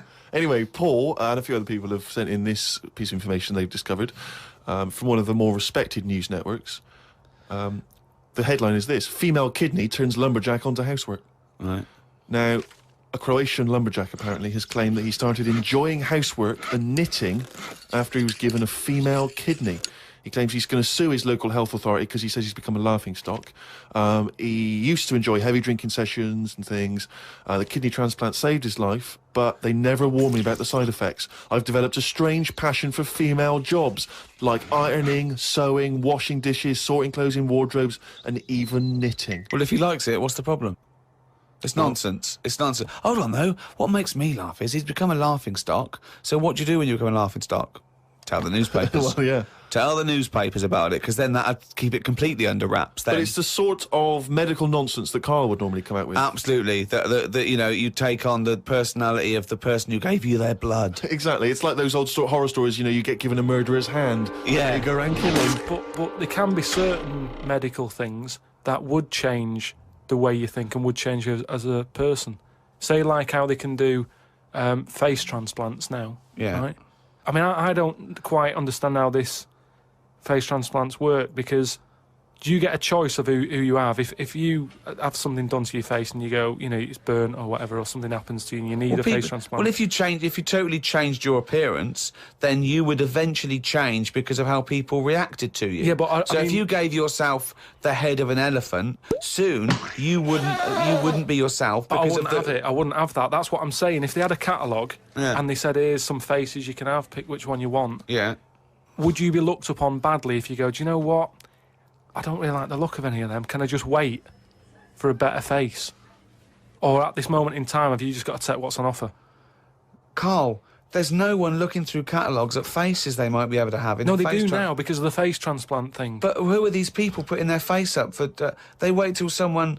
Yeah, I know, but at some point... Well, I tell you what, I would not have a face transplant if I haven't seen the face before I'm going to have it. You had to... I want to see what I'm having. Because I could end up with anything. You mentioned elephant's head. What, do you know what I mean? Whose head are they going to use? Is it the latest thing that's died? Oh, well, this got run over before. Yeah, I'll stick this on your head. Where has this come from? Where From are his these mind. Where are these faces queuing up to be popped on a skull? Where do you think they have got time to put all these... Maybe this is why it won't catch on. I don't know. This is extraordinary.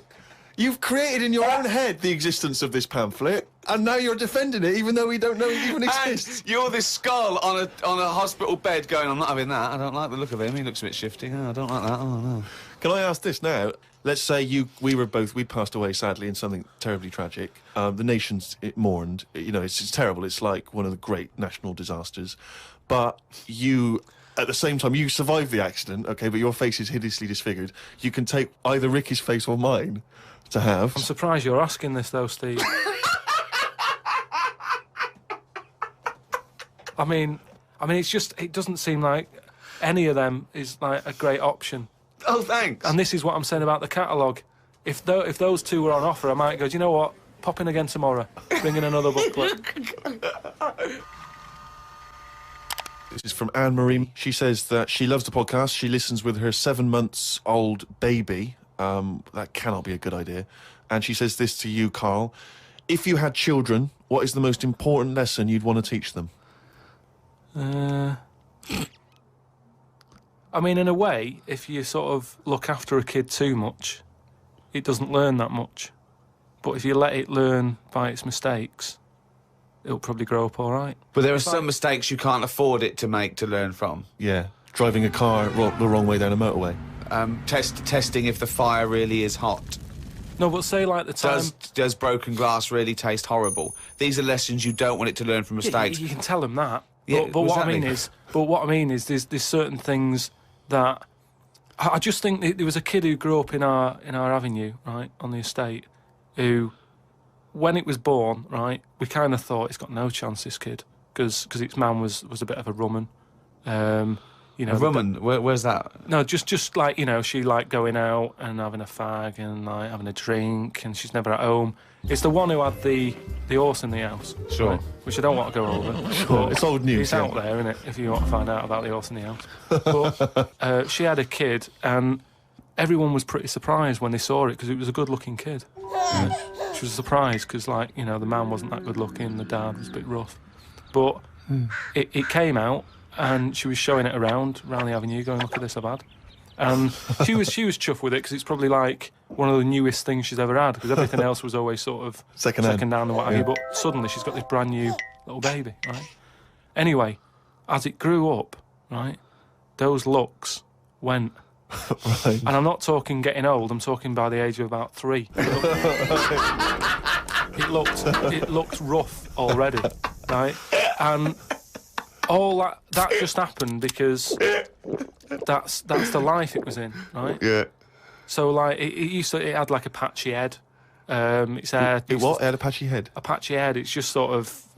It wasn't a North American Indian. What do you mean, a patchy head? Just his hair was patchy. He used to chase sort of cars and stuff. It's cars. Sorry. What do you mean? That's what he did for his. Sorry, did she let it get raised by wolves? No. But all I'm saying is that at the end of the day, what is it that makes a person? Do you know what I mean? Now, I don't know what state he's in now, but maybe he learned all his mistakes by the age of 4. I'm guessing he's not chasing cars now, but at least he's done it. I'm guessing he is. Yeah. Do you know what I mean? At least you can go, yeah, I've been there, done that, and you don't go back to it. And you can get away with doing dafter things when you're a kid, can't you? I nearly killed a man once, right? Okay, right. Did you? That time when I was in Wales and I was having a walk with my dad on the cliffs and that, I just picked up a big rock, right? Chucked it off the edge, and as I chucked it off the edge, I noticed a fella was walking down below. Jeez. And I missed his head by, like, inches.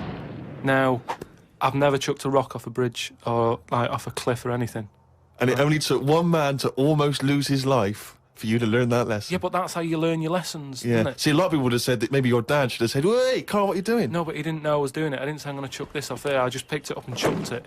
And, like, as I let go of it, I noticed a fella was down there. You live and you learn. That's a little mantra. Right? All right. You live Okay. and you learn. So the woman who's had the kid, sort of look after it, feed it, make sure it's got shoes and that, but let it roam about. That's right. There's the advice for you, Anne-Marie. I love that. Good luck. Just let your 7-month-old baby roam about. Carl, a lot of people are absolutely fascinated to find out how you met Suzanne, your girlfriend of how long? Ages. Yeah. And they can't comprehend how, well, I suppose that there's any woman out there. Well, there's someone for everyone, isn't there? Yeah. That's always my thing. And it's reassuring, I think. You know, we've chatted about the face transplants and that. You know, there's a face for everyone. It's philosophy, isn't it? Yeah. I mean, it's really unbelievable. No, there is someone for everyone, no matter what condition you're in or whatever. Yeah. Because I read on the email, someone emailed in an old Chinese proverb. It's something about everything, no matter what it is, has got one talent. And that's the same way in a relationship, innit? That everyone, you know, there's always someone out there. And that I like the Chinese. There's another Chinese proverb that I learned on an email. Go on. He who cuts the wood up warms himself twice. Yeah, that's good. That's good. Yeah. And then someone sent in that one about too many Chinese cooks spoil the broth. What? Well, why is? Well, that's. I don't know who slipped the word Chinese in there, but I heard it as too many cooks. Well, it was just all sort of Chinese proverbs and that. One of my favourite on the same subject is a camel is a horse designed by committee. What do you mean? Well, it's having a go at the camel, and it shouldn't. But it's just, it's just a metaphor. And if you wanted to design a horse and you had that vision, but you let 12 people in a room have their say, it wouldn't come out as you wanted it to do, and it wouldn't be as good. A vision is more perfect than committee, because everyone having their say, it becomes anodyne, it becomes compromised. Whereas the best things you can do is have an idea and have a vision and auteur that. Rick, can I just say now, I can tell from his look that he's thinking, which committee designed the camel? Well, I'd say, why would you request the ump bit? Because that's just going to get in the way, isn't it?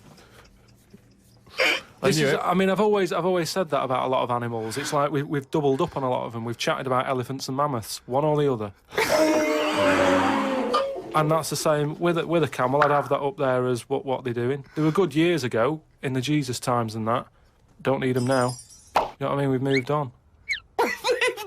Well, not people who use camels to cross deserts. What other? I'm communities. going to throw some animals at you, and you tell how you'd have improved them if you'd have been designing them. Okay? Mm. The octopus. So I can now go back. I can look at them and go, "What are they doing?" And where have they gone wrong? What's up with you? How could you improve it? Like the camel, you'd go lose the amp. I'd probably give it a bit more of a body. Cut down on the arms. And give it some bones, because I don't understand all this. Getting in a jar is good. When does it want to get in a jar? It says... Well, it only wants to get in a jar according to your stories. No, but there's something that says it can get in a jar because it hasn't got any bones, but I don't know why it'd want to do that in the first place. I can't even begin to answer that. Once again, you've claimed that you've read that they like to get in jars. I mean, how do they know that octopus like to get in jars? Oh, God, you can improve on an octopus. Millions and millions of years of evolution, making it perfect for its surroundings. Okay, another animal for you then, Carl. Giraffe? What are they adding to the world? What are they doing? Well, it's not about what they add to the world, no, but is I thought that's what everything's about. It's about things are here for a reason. The reason they're here is because they didn't die. That's it. No, but there seem to be a lot of animals that are like... Do you think there's a lot of cheating? Is that what you're saying? There's I'm just saying, there just seems to be a lot of doubling up. Yeah, so you'd get it down to like 8 animals that represented all of it. So okay, who would get in your team? You can choose 8 animals. This is what I'm saying. If I was Noah, I would have gone like, hang on a minute. I've just seen something that looks a bit like this. Let it drown and have a clear out. But he didn't. He was messing about saving everything. He was instructed by God to save everything, to be fair to him. Yeah, but if he's been given that job, for me, he's sort of manager of that job. So you believe with Noah as well? You believe Noah happened as well, and he built a boat big enough to catch 2 of every species. You actually believe that as fact, do you? Well, it's out there in book form. Brilliant. All right. We haven't answered the question that we started with. How did you meet Suzanne? Just at work. Thanks. I wonder if we should have a jingle for questions for Carl, because there's a lot of questions coming in for Carl. Okay. Oh, chimpanzee, that question's for Carl. Yeah, okay, no, fair enough, that works. This is from Jim and Bob in Manchester. Carl, if you could talk to any animal, which one would it be and what would you say to it? Insect, animal, anything, fish, anything. Well, they said animal, but let's broaden it to anything. Animal, creature. Insect is an animal. Yeah, no, but I'm just, I don't want to get it wrong. I'm just thinking about... Yeah. There's a lot of stuff out there, isn't there? I'd probably go for the tortoise. Okay.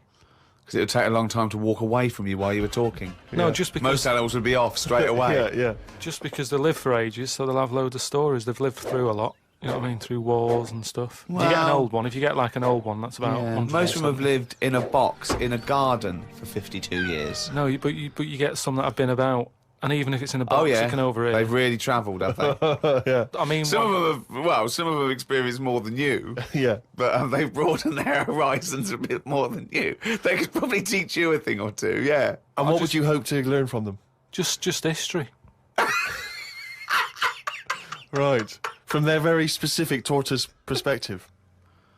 Other emails. We've had a lot of questions about time travel. People are fascinated about your approach to time travel. And I know we've talked about this in the past, but this is a very specific time travel question. If you had a time machine, Carl, to what event in your childhood would you travel back to and why?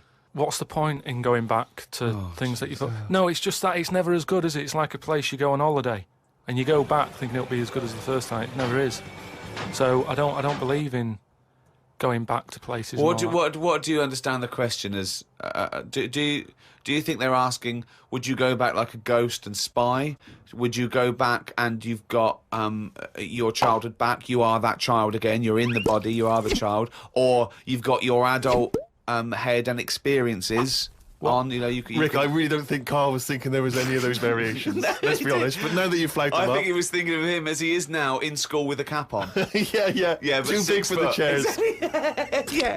yeah. Come on. No, I don't think I would go back. It's all happened now, isn't it? Yeah, but it's an email for our own amusement. Well, okay. Choose an event. Okay, forget the time travel thing.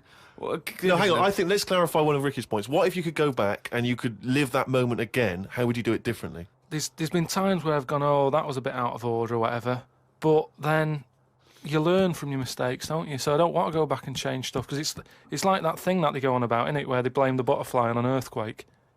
You know, it's going to happen. If it wasn't that butterfly, it's another one. So why pass the buck, is what I'm saying. So you've got no regrets. There's nothing in your past you'd want to change or do differently? What about if you went back and you spied like a ghost on something? You couldn't change anything, but you could have a look at someone and just sort of look like like Ebenezer Scrooge does at the Ghost of Christmas Past. He goes back and he's sort of like looking at himself dancing and stuff. What would you do? What would you go back and have a look at? Yeah, but you're asking me to change. I don't want to change. You're not changing, you're just observing. It's impossible. All right, this question, it's not going to happen. You're not going to have to do this. It's impossible. Right, yeah, I nearly died once on an ice pop. Right. Right. Now, maybe if I would have died, I'd say, well, let's go back to that, and I won't have an ice pop. You wouldn't be doing the podcast if you'd have died. You wouldn't be having this email put to you. What are you That's absurd. about? You're now saying you're rewriting history and then going back to change it. Yeah. There's no need. You didn't die. And we've changed it. You can't change anything. You're just going to go back and watch something. Would you like to go back and watch yourself choking on a Mr. Freeze? No, that's what I'm saying. That's why I wouldn't go back now, because I'm all right. I haven't had one since. I've learnt a lesson. I'm not missing them ice pops. So I don't think you're making the most of this opportunity to fantasise. I don't see the point in going back in anything. I mean, do you mean go back in time to the point of you can see, like, Rome in its working day? What, in your childhood? Was Rome about when in your childhood? Were there gladiators in your childhood? Well, that's what I'm saying. Everything I've been through, so why see it again? Forget it. It was just a nice little question. I mean, that shows the lack of imagination in Karl Pilkington. Your mind can't fathom something unless it's, like, you know, got two heads. But I don't see the point in doing something twice. Because the thing is, say if there's one good moment when I was about 6 that I loved, I'd then have to go through all the other 20 years. Again. Well, why? Why have you imposed that? This is a fantasy. Make it up. You could go back and come back again. Yeah, whiz back and fast forward 35 years. Nah. Brilliant. No. Like it was on offer. Like this was really on offer. Move on. Migrant workers in South China are wearing adult diapers on packed trains heading home for the New Year holiday because they've got no access to the toilet. Many supermarkets in this particular part of China have reported a 50% increase in sales of adult nappies for the train trips. Now, what do you make of that, Carl? You're on a long, long train journey, 3 hours, 4 hours. You know there's no toilet. You know you're going to need to go. Pop on a... Why isn't there any toilets? They just aren't on the trains. And they're a really long journey. Yeah. How long? Hours. Well, very long in China. It's a big country. I couldn't do that. I couldn't do it. I'd have to hold it in or something. Just like, I mean, when I was a young kid, I don't know how young you are when you wear a nappy and that, but I remember that I didn't like it, doing it in a pair of pants like that, a pair of nappies and that. And I used to have to, even when I was too small to sort of get up on the toilet and that, because you'd fall in, my mum knew that I didn't like nappies and that. I used to just go in the corner, just near the kitchen, in this thing that, like a litter tray. And I'd go there, and I'd do my thing. And, you know, my mum used to say, oh, he's going there, don't look at him and that, because it put me off. You know, like cats don't like being watched when they do it. when they go in their litter tray in the kitchen. No, they don't. They don't like it. I tested it again. What are you, just like a little feral kid, just running around and going to the litter tray, covering it up, and then running up the curtain and eating a sweet at the top of the pelmet? No, but nobody likes being watched, and that's what I'm saying. If you're sat on a train and you're knocking one out and everyone's looking at you, I don't think it'll catch on.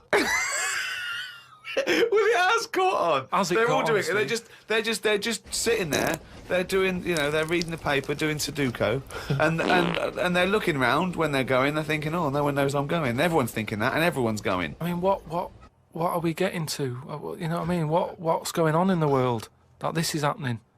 I know. I mean, people have always had to travel for ages. I just don't understand why there isn't a toilet on it. We're going backwards. We're going backwards. Aren't we?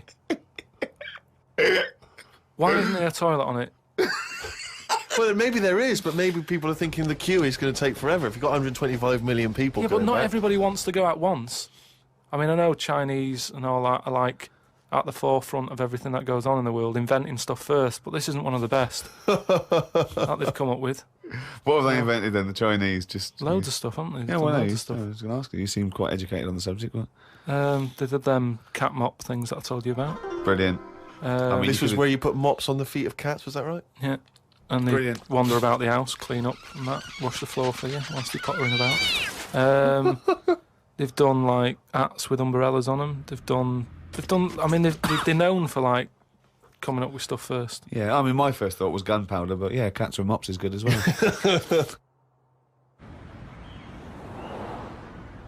Of course, as ever, lots of questions for Karl as well, just to sort of try and tap into his brain, see what's going on there. Question from Jade. Karl, what would you change if you were in charge of what kids are taught in school? Right, because, I mean, your school experience was a bit iffy. You got very bored, didn't you? You got very disillusioned by school. Yeah. What I'd do, right, is instead of sort of teaching kids about 2 and 2 and that, which is 4, right? Well done. Show off. I think they should be asked more questions that make them think rather than something that has just got an answer, I totally agree. right? So, So teaching them the quest for knowledge, inflaming their but imagination. just freaking them out a bit as well, just going like... See, I knew that's where it was going. Because as soon as you started talking, Rick, I was thinking you're thinking some of the big existential or philosophical questions. You know, what does it mean to be human? What does it mean to interact with other humans? To be a human. Or teaching them sort of like philosophy on a basic level, that teaching them the love for learning. So get them back to a roots level, so they want to learn and then they will learn, as opposed to just teaching them facts. Whereas he was thinking, freak them out a bit. Yeah. No, just like, like I read the other day, and someone sent it in on email, like how there's a dishwasher that's been found on Mars. Rubbish. Whoa, what? But it's not true. So tell them that. But it's not true. Go home and write about it. How did that happen? But it didn't happen. Well, it did happen. It was in a science magazine. No, it didn't happen. There's not a dishwasher on Mars. Why not? Because What do you mean, why not? How did it get there? But we're always sending like rubbish out there and that. It's like Not dishwashers. What, you think the council take it away and they go, where can we put it? Well, the tip's full. Well, where's the nearest thing we can dump this? Mars, I imagine. No, but the same way that fella who, I don't know, was it 2 Christmases ago when he was messing about saying I can get stuff to Mars and all that. He did it wrong because he did it on like Boxing Day, and I just think nobody's concentrating. No one wants to work on that day. It's kind of like, do you know what I mean? They're going to do stuff sort of half-arsed, aren't they, on Boxing Day? So it didn't really get there, I don't think, but it crash-landed. What are you talking about? What was he trying to do? He was sending something up to Mars. Yeah, that little fella that wanted to get something on Mars, and it got, probe, you mean? And it didn't open properly. Yeah. It got there, didn't open. But the thing is, it got there, didn't open properly. No one's been back to pick it up. And what I'm saying is, we're saying about going to Mars as our next planet. It's a tip. There's loads of stuff that's been flirted up there. No, it's not. What are you It has, talking 'cause about? it's just all, like, that probe thing is still there, rotting away. Yeah. So, ipso facto, there is a dishwasher on Mars. We've settled that. Why would they have a dishwasher on Mars? Would they take the dishwasher up in the space shuttle in case they had dinner parties? What are you talking about? I just think they would have a little dishwasher in there. There's a lot of them, tight space. You don't want to, but who's going to do that? That means... Do you know how much fuel it takes to move a kilogram Yeah. out of the Earth's atmosphere? So they're going to take up a dishwasher, are they? Sorry, but what are they cooking up there, Karl? How many people does it take to fly a rocket? I How many people? Tell me how many people. Well, it's either one monkey with a banana shoot that feeds it, or probably 2 or 3 humans. Right, say it's 3 humans. Yeah. Now, there's 3 humans because they need one to steer it. One another to stop at the petrol station No, to but get what, more. What I'm saying is, if you're going to start having a sink, then whoever's They washing haven't got up... a sink. I know, because they've got a dishwasher. He's got you there. But anyway, I'm not going to go into that. But all I'm saying is teach kids things about... Say to them, right, when you go home tonight, there was dinosaurs knocking about ages ago. How would you have lived with them? Get on with it. See you later. Well, they didn't. I've told you this before. You got a lot of your information from the Flintstones and 1 million years BC with Raquel Welch. There weren't dinosaurs knocking around where there were little fellas knocking around in furry pants. No, but just sort of saying to them, all right, then, here's a different question. Go on then. Would it be better to have dinosaurs knocking about now whilst we're here? Because I put that in my diary the other day. That when you think about it, there's a population problem. Yeah. There's too many of us. Yeah. We're saving people all the time. No one's allowed to get injured anymore. You've got to, wear a helmet when you're on a bike. There's speed bumps to slow people down. Zebra crossing. Cures for illnesses. No one's dying anymore, right? Well, I think they are. Not as many as they should be because the world's crowded. All I'm saying is I think there's still people dying. I think there's still people dying. not that many though. Yeah, I think there's still millions of people dying. Apparently, a handful. Loads of people are living longer, and that's a problem. So what you I'm saying feel that is, you should introduce Tyrannosaurus Rex into, say, wandering London, just have them wandering around, just picking people off. That's what. Just sort of random and that, because I don't know. I mean, I'm not wishing that anyone I know dies and that, but all I'm saying is I don't know anyone who's died for ages. Right. Whereas if a dinosaur was knocking about, you'd go, Neil's gone missing. Yeah. And And Nora's had her head bitten off by a... Whatever. I just think then it is survival of the fittest, which is, we've lost all that now. You don't even have to be fit to survive. They just keep sticking a new lung on you. Or... Do you know what I mean? They can do too much now to keep people going. They just keep sticking a new lung on you. Question from Kevin. He says, Carl, other than the famous boxing match that you've often talked about, I know that took up about 20 minutes of your time, have you ever been in any other kind of fight? I don't suppose a slanging match. I think they're talking, have you ever been in a physical fight? Once that I can remember. It was over a woman. Well, a girl. I was at school. Yeah. And it was because, like, it's hassle, innit? Right? Relationships when you're younger. How old were you? About 7. It was over a woman. Go on then. Yeah, go on. And there was this girl knocking about who, she was quite good looking, everybody liked. And my mate, he really liked her. And I didn't sort of ask her out and that, but she just sort of took a shine to me and stuff, right? And didn't really go out with her properly. It's at that age where going out with someone is just like sort of going, all right, in the morning, do you know what I mean? You just sort of nod your head. Yeah. And that. Anyway, there was some sort of school disco. And they were playing Spin the Bottle or something, right? And I sort of wandered over to see what was going on. And I stood on this girl's dress and put a hole in it. And she started crying. I was like, oh, I can't be doing with this, right? What's up with you? It's a hole, what's up with you? And everyone's going, Carl, what are you doing? That's meant to be your girlfriend and that. You should be sort of saying, oh, I'm sorry, and giving her a hug and all that, and saying it'll be all right, we'll sort the dress out. I said, oh, I can't be dealing with this. Right? So she's crying her eyes out, I said, it's over, right? Oh, it's over, you saying, all right, in the morning. Yeah. No more of that. Yeah, there's no more. Right. In the morning. So I go to the toilet, right? And this lad who fancies her comes in and goes, you're out of order, I'm saying, what are you on about? Sorry, there's 2 7-year-olds. Yeah, you're out of order. Keep out. Yeah. Cut it out. Show her a bit of bloody respect. Sorry, were you wearing trilbies? Yeah. He put his cigarette out in the sink and he just said, leave it. Get out of my face. So I just sort of said, look, why are you getting involved and all that? Yeah. 2 7-year-olds. Why are you getting involved? And it was obviously like because he fancied her and that. We had a bit of a fight in there. Yeah. I accidentally sort of chipped his tooth on a sink. Oh, is it like a proper... Sorry, this is like something from Lock, Stock and 2 Smoking Barrels. Yeah. What are you talking about? 2 7-year-olds in a toilet. So you put a hole in her dress. I don't know how that... What were you wearing? Football boots? How did you make a hole in her dress? I don't know. It was like that sort of material. You were wearing winkle pickers. Like crepe. You know what I mean? It was like a crepe dress or something. Yeah. Right. And that got a hole in it.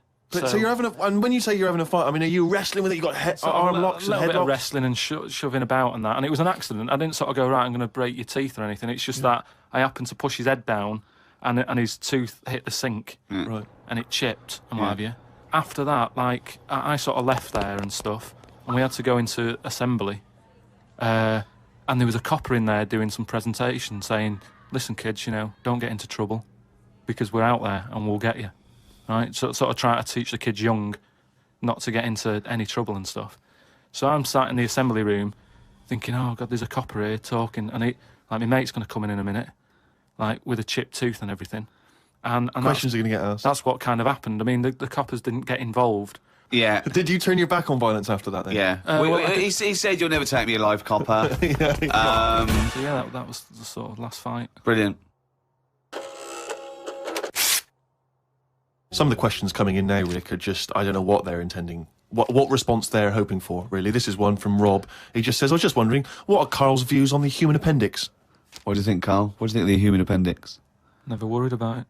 Well, no, I think Rob's point is that it's sort of pretty redundant now. So this is kind of what we've talked about before, where... He always says that. He always says something like, oh, we've talked about this before. And the thing that he's talked about is nothing like it. What I mean is, we've obviously interfered somewhere along the way. And Well, we we shouldn't have done. interfered, Yeah, yeah. we shouldn't have done, because it's the same way, like, if we didn't have planes and that, would we have wings now? If we'd have No. needed to get about, No. would we have had wings? No, the answer's no. Next. No, but you say that, but look at the way... Because he's right, he says it because he's right. No, but all I'm saying is you see that little picture of like an ape to man. Yeah. At first, they're crawling about on all fours because probably you're looking for food, so you want to be down there. So Right. if you're on both legs, Yeah. you're missing stuff that's on the floor. What sort of time period do you think this... Because, I mean, we started, dabbling with a plane maybe 100 years ago. So what sort of time period do you think this little thing who's scrabbling around looking for food stood up and I don't walked? know. I sort of don't worry about time. Sort Right. of Well, I'll behind- tell you now, we behind wouldn't have Rome. wings now. If the Wright brothers had said, oh, forget it, we wouldn't have wings now. What would happen? Right, here's another question. This is one that I chuck out to kids as well. We were talking about education, teaching kids stuff. Sure. What would happen, right? We ruin this world, right? Goes wrong and that, right? They shut it down. You go, we're moving. We go to another planet. It's as simple as that in his world. It's as simple as that. We can't go to Mars because it's full of stuff that used to be in Dixon's. It's like a tip. Yeah, it's a nightmare. So we can't go there, we go somewhere else. Something that I've always wondered about, if we do that, do we start New Year's or do we carry on? What do you know what I mean? Do we say, oh, it's still 2006? Or do we go, it's world new, whatever, new world? That is definitely the first priority. It's year one. Right, we've sorted that out. Right, now... Well, it depends, doesn't it? Because a year might not be the same on this planet. We'd sort that out, right? We'd sort out what year it is and that. Well, no. What I'm saying is, we'd have to start again anyway, because the planet might not take 1 year as we know it to go around the sun. It might not take a day to turn. A day is a day because that's how long it takes. Yeah, but we'd have to carry on as we know, because we don't want to start doing longer days and that. Otherwise, they'll just kick off and say, "This is rubbish. This new world. What are you doing?" No, I'm doing a 28-hour day. We wouldn't have a choice. A day is how long it takes the planet to turn, and a year is how long it takes that planet to go around the sun. But a day is man-made, really. There's places in the world where they're working in the dark, isn't there, in Iceland and that? But they don't go, well, it's dark all the time, so I'll stay in bed. Well, no, but there's still a day. It's still 24 hours in a day in Iceland. Yeah, but we only work by that clock because that's what people use at the moment when they go, what time is it? You go, oh, it's 20 past 11. No. We use that because that's how long it takes the planet we're on to I've turn. never worried about it like that. I've just always Well, gone, no, I'm telling you, Well, that's because you weren't asked to get involved when they came up with the idea. I'm telling you, that's what a day is. It's how long it takes your planet to. Yeah. What would you mean? The way that what? No, I'm just saying that's fine and everything. But if when I was born, people said there's 26 hours in a day, I'd go, fair enough. I'm not going to argue. We could have made up how long an hour is. Yeah, we could have made hours shorter and get 26. Well, they're saying they're going to do that. Because, no, they're not. No, they are, because there's so not. many people in the world. Yeah. This is what I was talking about before. They've got to create more jobs. The only way to have more jobs, keep shops open, take on more people. Everyone's happy. That makes no sense at all. Right. Say if there's 28 hours in a day. Yeah, it'd still be 24 hours long as we used to know it. No, you'd have like, oh, what time is it? Oh, it's like 20 past 25 or whatever. Well, you're not making any sense at all. No, I'm just saying. The Earth would still take 24 hours as we know it now. Forget it. Hang on a minute, I want... there's more interesting territory here. Don't forget, our sleep patterns have evolved on a day. The reason we sort of like go to sleep at night and have about 8 to 10 hours sleep is because that's our evolution. No, but that's that's just because that's what we've got used to, isn't it? Yeah. You look at a sloth, that's asleep all the time. It's doing what it but wants. it evolved differently, didn't it? Right, you can't get away. You're not getting away with this anymore. If you want to live now, join in with us.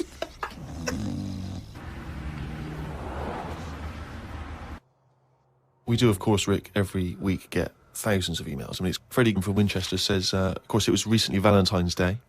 What's the most romantic thing that you've done for Suzanne, Karl, that you can think of? I don't really do all that. Sure. Valentine's Day stuff. It's just... The problem is, if you do it once, they expect it every year. Yeah. Sure. That's the problem with Christmas and stuff, innit? It's like, it's become, that's what you do now, every year. Every day, yeah. So I prefer to just sort of wait, you know what I mean? And you know, if I think of an idea or I know of something that she wants, I might get her something, but I might not do it on Valentine's Day. It's that thing. It's like how I've said about Pancake Tuesday. Make it Pancake Wednesday. Have it when you want. Why am I waiting? Why am I waiting for someone to tell me when I can have a pancake? I'll have it today if I want one. Yeah. Do you know what I mean? Whereas Pancake Tuesday, no, I won't bother. I'll have trifle. So it's the same with this, you know, with Suzanne. Luckily, right? I mean, Valentine's Day and what have you, she was ill. Luckily. So we didn't have to go out. So I'd say, is he asking for advice? Well, I suppose, yeah, certainly you may as well give it. Treat them when they deserve it. All right. I remember once when Suzanne was ill, she had a fever, but there was no food in the house. What did you suggest to her? She was too ill. Well, it was when we were still living in Manchester and that, and you know, we needed to get some food in for tea and stuff. And I said, come to the supermarket. She was like, no, I'm ill, you go.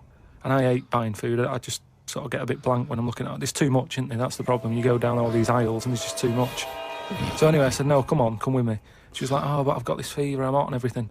So I said, well, come to the supermarket, you go on the frozen aisle, cool yourself down. And she did, and she said, you know, it made it worse, she was ill for another 3 days.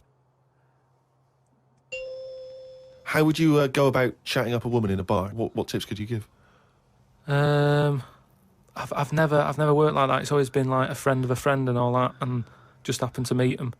And then, you know, you have a chat, and then... How did you meet Suzanne?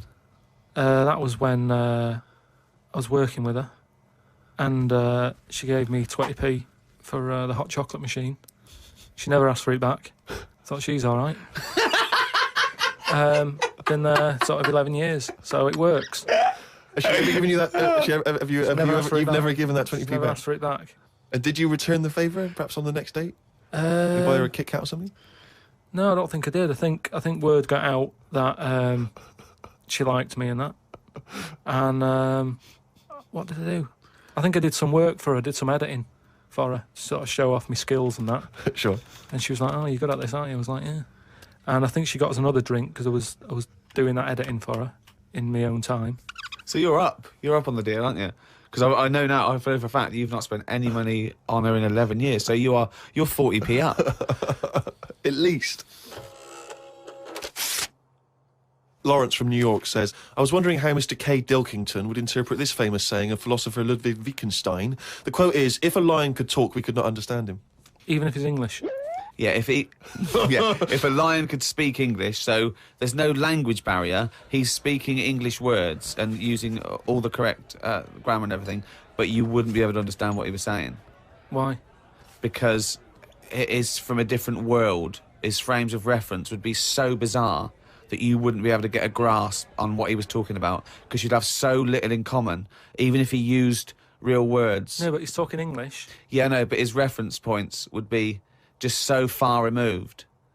You know, they're removed slightly when, if you saw two people talking about Kierkegaard, you'd I hear... wouldn't understand it. Exactly. So remove that 1 billion times to a different species with different input. No, but it depends. If I'm talking to a lion in London Zoo... Yeah. He'll be saying, oh, I'm fed up of being stuck in here. I'll go, yeah. It's like that. It depends what his background is. I mean, there's some people who might have lived down the road from me, but have a totally different life. Absolutely. So it doesn't matter that it's a lion, does it? Well, yeah, because they're just trying to remove it even more. So now it's not just a bloke who lived a few doors away. Now it's not even a bloke. Now it's not even... Yeah, but I'd pick something smaller, or, Right. or something, a worm without a mouth, I'd go, definitely not. What? Definitely not what? I wouldn't be having a chat with it. I just think that a worm that's on the ground, Yeah. what's it got to offer me? It's blind and it hasn't got a mouth. It's not going to be a good day out with it, is what I'm saying. It's not going to have that much to say to me, even if it's English. Right? Even if it's And how can you tell if a worm is English? Is it wear a very tiny bowler hat? Oh, Christ. But do you understand? What about a jellyfish? No, you see, I think that's where you can say you wouldn't be able to have a good chat with them, because to me, the sea might as well be another world, Yeah. right? Yeah. In a way, I think the fish sort of have more rights than us, What do you mean? just because when whoever made the world, right? Yeah. Say, we're just bigging up God, but if I was to have a go at him, Yeah. I'd say you added too much water, Criticism 1 to God, right? So How would you have changed that? Just more land. Fair enough. Now, why have fish got more rights than us? That was what I was interested in. Because there's loads of them, and when you look at the amount of sea on the world, right? There's loads of that. You only have to like I was in Malaga the other week, right? And you look in the sea, there's loads of different fish, and that's just in like 8-foot water. If you go miles out, there's like all sorts of weird fish, isn't there, with like lights on them and everything. So, and there's just millions of different types. yeah. Yeah. Now, But why does that mean they've got more rights than us? just because I think, rights come in numbers, don't they? If you know what I mean. Like, if there's one of you shouting, people go, oh, he's an idiot, shut up, whatever. If there's loads of you shouting, they go, oh, best listen to them, see what they've got to say. And that's what I mean about fish. Yeah. There's loads of fish, Right. so But they're not really making their voices heard, though, are they, Carl? Yeah. I know, because they're underwater. But what I mean is, I don't know what I mean.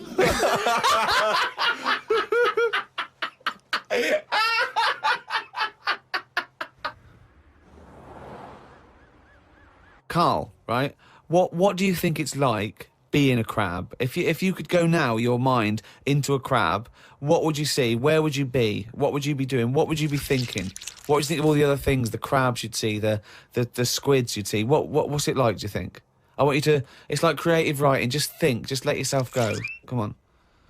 It's got to be a crab. What do you think of a slug? What do you think to be a slug? What would you do if you were transported now into a slug? What would you do? And Suzanne, you're suddenly in the kitchen, but you're a slug, and Suzanne's sort of like there, just making tea and that. How do you let her know it's you? It's impossible. I'd just chuck myself into the salt pot or something.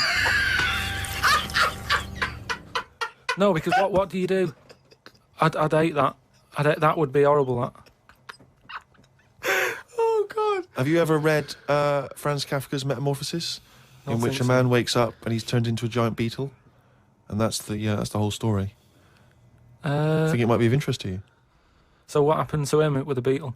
Well, I don't want to ruin it for you in case you read No, it. I but won't be it's, reading it, don't worry. He joined a pop group with 3 other people. He was brilliant. No, it's a really wonderful book. It's a kind of almost heartbreaking because, of course, he does, like Ricky's saying, he finds it very hard then to relate to other people, even though he still has the consciousness of a human. His parents, his rest of his family, they don't know how to deal with him, because he's a giant beetle. He becomes a freak, he becomes an outsider. It's terrible, But hang on, though. Is he a giant beetle? Or Yeah. is he... Well, yeah, that's not going to go down well, is it? That, of course, people aren't going to like you.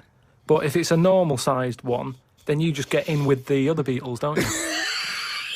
Whereas if you're But a you'd be giant... sort of How would you do that? How would you ingratiate yourself? Right, so you're suddenly a beetle. You're Karl Pilkington, right? There's loads of people. They're doing their business. They're scuttling around. And you go in there and they look at you as a new beetle. What's your first... What do you do? How do you ingratiate yourself? Well, for a bit, I wouldn't sort of barge into their house and that. I'd wait until they're out and about, and I'd like in life, right? Sort of help them out. I don't know what beetles do all day. I've never seen one doing anything. They just seem to be going from one place to another. Right. I've never seen them carrying anything. I don't know what they eat. I don't know what they do. I don't know how we've got them, right? But what I mean is, I'd watch them and I'd sort of help them out. And I mean, it's like going on a date or meeting a woman, isn't it? But what if there is... Whoa, hang on, what do you mean? How is it like going on a date with a woman? Well, it's like I said about Suzanne with her hot chocolate. She bought me that, and I've gone, she's all right. Right? She gets me another one. Before I know it, she's living with me. So, you So you're all these beetles, they're scrolling around, right? You're sort of like watching them, and then you realise that you want to mate with this female beetle. What do you do? What's your first move? Yeah, but I don't know what beetles do I? So I don't know what you do. I don't know if you go up and go, all right. What do they do? How do they get on?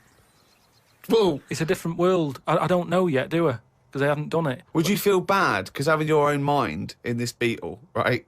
Would you feel bad shagging a beetle? Would you feel that was a bit sick because you've got a human mind? Well, no, because you just close your eyes and that, wouldn't you? Think of something else. So, get round it that way. There's no point getting down about it because I'm stuck now as a beetle. So you've got to get on with it. But if you're a slug, you said you'd throw yourself in the salt pot. What would you do if you were a beetle if you got depressed? And you see all the other humans. No, you see your mates, right? They're listening to the iPod. What would you do? Well, no, that's what I'm saying. No, beetles are different because they do tend to hang about with each other. A slug's always on its own. It's a lonely insect, isn't it? It's not an insect. All right, what is it? A mollusk. Right, they're lonely. I've never seen a load of snails all together or slugs wandering about, whereas beetles seem to knock about in crowds. Yeah. So, oh God. Okay, right, another one. So they're sociable creatures, and it wouldn't bother you that you've got the mind of Karl Pilkington in there? Because you can't communicate with these people, What if because they you- don't speak English. They don't have any communication with you. Yeah, but if it's happened to me, there'll be another one in there. Okay then. Right. Okay. What would you do? Right. That's the most disgusting thing. What could it be? Right.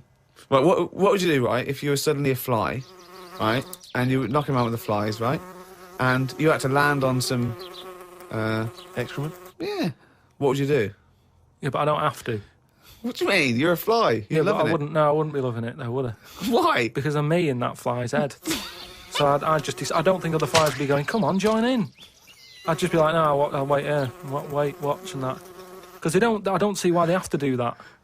What would you do, right, if you had to go back and you were in a, you had to go put your mind in like an unhatched egg of something, like maybe one of those, that a wasp was injected with a spider. So you know you're in an egg, right, which is really uncomfortable, in a spider. How would you feel about that, Karl? You're a baby wasp in the abdomen of a spider. And I know everything that I know now. I'm sat in there. Yeah.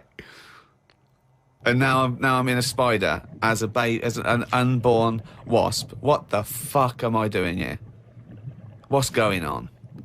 I don't know what I'll do there. Probably try and sleep.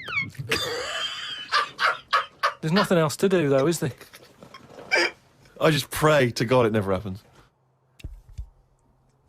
Remember we were talking a while back about the questionnaire that is often featured at the end of the TV programme Inside the Actor's Studio. Oh, yeah. Where the host, James Lipton, always asks the same questions to every guest.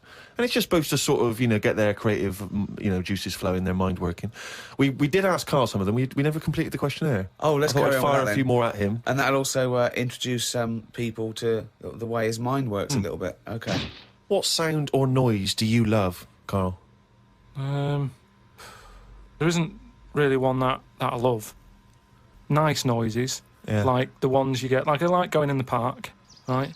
And you go, oh, that's nice, isn't it? And you get like bird noises and stuff. But with those bird noises comes a bit of stress, right? Because I was in there the other day, and like I say, little bird noises and that, and a little robin was there, and I thought that's odd. That's out early, right? Because it's like sort of summertime and that. Sure. And then I thought, oh, that's nice. And I was watching it, and then it got like a little worm, right? And I was like, hey, put it down, right? Sorry, whoa! What do you mean? Because Why I are you didn't- interfering? Why were you interfering In nature. with a robin taking a worm? Just because it was a nice sunny day and that, and I thought, you see, worms normally come out when it's raining, don't they? And you go, well, I bet they're happy to die, in a way, because it's chucking it down, it's miserable. They come to the top of the soil then, don't they? Yeah. When it's miserable. But it was a sunny day. That's they don't drown, I assume. No, it's not that, is it? It's just that they hear the water or something falling on the ground and they go up to see what's happening. What? No way. But why do they come up when they think it's raining? You're a worm, okay? It starts raining. Tell me your thought process. Well, you just you're down there, you can't see anything, it's dark anyway. Yeah. So the rain's coming down on the land, the worm goes, what's going on? The worm goes, what's going on? He wiggles up to the top. So what does he do? So it goes up and it sort of sees it's raining, and then it goes back down again, doesn't it? But that's what I'm saying about the What do you mean? What is this world where he goes, oh, it's just rain again? Oh, so that's the 400th time I've been caught out this year. It's rain. I'll remember next time I won't come up. What do you think a worm is capable of in terms of cognitive thought? What do you mean?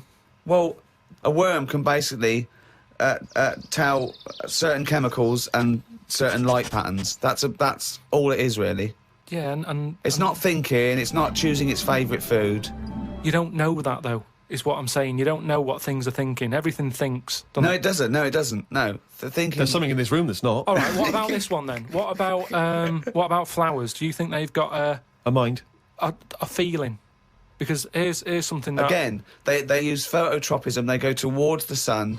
They close and All right, open. well, Can you they stop grow. using long words, Rick, like sun? Listen, do you know I've been to my mum and dad's, right? I was talking to my mum about stuff, All right. and she was saying how this flower solved a crime. What happened was, there was a murder, right, in an office. So they said it's obvious that someone who works in the office did this murder because that person's only a sort of a typist. He has, they've done nothing wrong. So they said, that's narrowed it down, right? So this flower man came in and he said, I can sort this out for you. So they said, what do you mean? He said, well, during the murder, the plant was knocked off the cabinet, Yeah. right? Right. And he had some special wires that he can put on the Special flower, wires, yeah. on the flower, and it's sort of shaking and stuff. Because even though you can't see it, flowers pick up bad vibes and what have you. If you shake a plant, it doesn't like it. Okay. Right? So what happened was, he said, right, what we'll do, we'll put the plant back on the shelf. Yep. We'll water it. We'll calm it down. Then get Give it a nice cup of tea. every member of staff Right. to come in the room and just go near the flower. Right. So don't tell them. So like a lineup for the flower. kind Yeah. of. Kind of like a lineup. But sure. don't tell them what we're doing. Just send them in and say, stand by that cabinet where the murder happened and what have you. Yeah. Anyway, it was a long day. They were getting through a lot of stuff. It was a big office block. Yeah. They were going, this isn't working. The flower's not budging. Suddenly, they get into like the last part of the day when they were almost giving up. They call in a sketch artist. The plant gives them a... Some caretaker fella Caretaker, yeah. said, go over there. Was it? You Was know, it an so- old man that... I mean, because Scooby-Doo didn't like him from the beginning. No. They send the caretaker over to the plant. He's going, he's thinking, I've got away with this. Of course. Plant starts shaking, what have you. They did him. Okay, wait a minute then. So, was there any other evidence? Was that the only evidence they used in the trial? Well, no, it's one of them things, though. Imagine it, if you're that caretaker and you're thinking, I've got away with this, then suddenly a plant grasses you up. You weren't expecting that. So suddenly you're off guard. And you go, okay, can't get that chrysanthemum away from me, I did it. You're talking absolute bollocks. That was one of the most nonsense pieces of shit I've ever heard But in my anyway, life. listen, well, it happened, but... It didn't because you happen. said it. But what I was saying is, about the worm, this robin that I saw that was eating the worm, it had hold of it, and I thought it's a sunny day and that, give the worm a break sort of thing. So I went, oh, like that, and it sort of dropped it in shock. But then, when it realised I wasn't that near it, it picked it up again and swallowed it. And I just thought, oh... Do you know what I mean? I don't know what you mean, no. I just thought it's a sunny day and everything. Normally birds are nice noises that I like, and yet there it is going about wrecking lives. Wrecking lives! It was a But it just swallowed it really quickly in that, and I just thought, there's the worm. It came out, it was happy, didn't know what was going on, and it had an extra chance. The robin dropped it, and then it got it again and ate it, and I just made me a bit fed up. Well, do you know why, don't you? You couldn't outwit a robin. The worm was going, oh, God, Karl Pilkington. So that's who's been sent to save me, is it, God? You've sent Karl Pilkington, oh, I'm dead. That's it, OK, eat me. But all I'm saying is our bird noises are normally quite relaxing, but not for the worm. Unbelievable. That was one question. What sound or noise do you hate? As me or as a worm? I don't know what you mean. What do you mean? Why would we be asking a worm? I've never heard an actor say that to James Lipton. When he says, what noise do you hate? What, as me or a worm? No, but Wow. all I'm saying is, because of my last question, that's what I was saying. A bird noise is relaxing to me. Right. Well, it's not anymore, because I think of all the deaths and stuff that go around that. So now you hate the sound of birds? I'm just saying it's changed my view on it. It's So- it's like anything, isn't it? Every noise can mean a disaster. Can it? Why would the sound of laughter, people laughing, why would that also signify disaster? If you wake up in the night by the sound of, like, a baby laughing... Baby laughing! laughing? No, if I had a baby, right, and Suzanne was out, she worked nights or something, and I'd nodded off, I'd put the baby to sleep, and then it's 3 a.m. and I'm woken up by the sound of a baby laughing, that would terrify me. How is this? I just think the baby's sitting up in a chair like Chucky, going. Well, no, I think the baby's reading his diary. Thinking, oh Christ, this is my father. I just hope I'm adopted. Oh God, a baby laughing. What profession other than your own would you like to attempt? This is you as you, not as you as a worm. But have I had the training? Oh, for Oh. No, well, I've said before, haven't I, about maybe having a go at an operation. I don't know why it leaps from where. It leaps from no ambition, where if he could have a job, it would his best job he's ever had is a paper round, and if he could have a job, he'd like go to the cobbler once a week and then walk a dog. To I'd like to have a go at thoracic surgery. No, I'm just saying, I bet it's like we do this, and you know, some people like listening to it and what have you, and you go fair enough. But I never feel like I'm doing anything of any worth. No, you're absolutely right there. But if you're going into like an hospital, which are places that are pretty miserable anyway, as an office space, not only have you got to go in that building and work in it, but you've then got the pressure of changing a lung or whatever I've said before. Right? Changing a lung, yeah. But I'd like to have a go at it so I can say You've done it. I've done that. So, under what circumstances, in what world, do you think anyone's going to let you have a go at changing a lung and that? Jim will fix it. No, I'm just saying the Comic way... relief. But the way the world is, and the way that there's more and more people, more and more doctors are needed. I mean, it's already happening now that people are doing jobs that they're not really qualified for because they get sort of, what's the word? Sort of uppered too early. Upward. Upward! I love the fact it's basic language. It's like it's unbelievable. Upward. Do you know what I mean? Promoted. Yeah, promoted. Yeah. They get promoted. I prefer too early. upward. Upward's great. So Why was I not upward? Unbelievable. So do you know what I mean? I think because more and more people are knocking about, we need more and more doctors. Yeah. You get a job in a doctor's, you're going to be promoted sooner now, I think. Yeah. Well, what I'd do is I'd probably upper you, and then what's the word? You go away them. I think it is you go away them. You leave the door. You leave the door. You fire them. That's it. That's the word I'm looking for. So I'd upper you and go away the doctor, if anything. But I've been to, you know how I don't like going to the doctors and stuff. Yeah. Right? Because you're always scared that they might investigate below the bridge. Yeah, but I checked on that before. I signed up to it, and then they said, right, before we can take you on as a patient, you've got to have a health check, right? Which I thought was odd, because it's almost like saying, if you're ill, we can't be having you coming here, right? But I said, right, OK, fair enough, what is this health check? And they said, oh, you know, we just check your body out and make sure you're fit and healthy. And I thought, that isn't enough information. You know, I want to know if it's the old finger trick. Or, and I said, what do you mean, though? When you said health check, what do you do? And she said, oh, it's just... I think she knew what I was getting at. And she said, oh, it's just the blood pressure, your height, your weight. That's about it. So I went and had it and stuff. But you had to... Before you sort of said, right, I want this doctor, they give you loads of forms to fill out, right? And one of the things they did was, if you die, what do you want to give away? Right? Like a donor. Mm. And what have you, and I thought... I really thought about it for 40 minutes or so. I didn't just rush into it. I was sat there thinking, you know, if I'm dead, does it matter and stuff? But I was really concerned when it said about the eyes. Right. Right. Why? What do you mean? What? Because can they have your eyes after you die? It was. I think it was fourth on the list. Why do you care about giving your eyes away when you're dead? Just because of that thing of, you know, we don't know for sure yet. I know that you poo-poo it, but the afterlife thing. So why, in an afterlife, would you want your eyes more than your liver and your kidneys and your lungs and your heart? Because ghosts don't eat, do they? So you don't need all your liver and your kidneys and stuff, because they're only there to sort your food out. But your eyes, if you're a ghost, I don't want to be a blind ghost. Because you're around forever then, aren't you? Once you're a ghost, that's it. So the idea of being blind when you're alive, you go, well, all right, then maybe in the afterlife I might be treated to a pair of eyes. But the fact of wandering about, dead for years, bumping into stuff...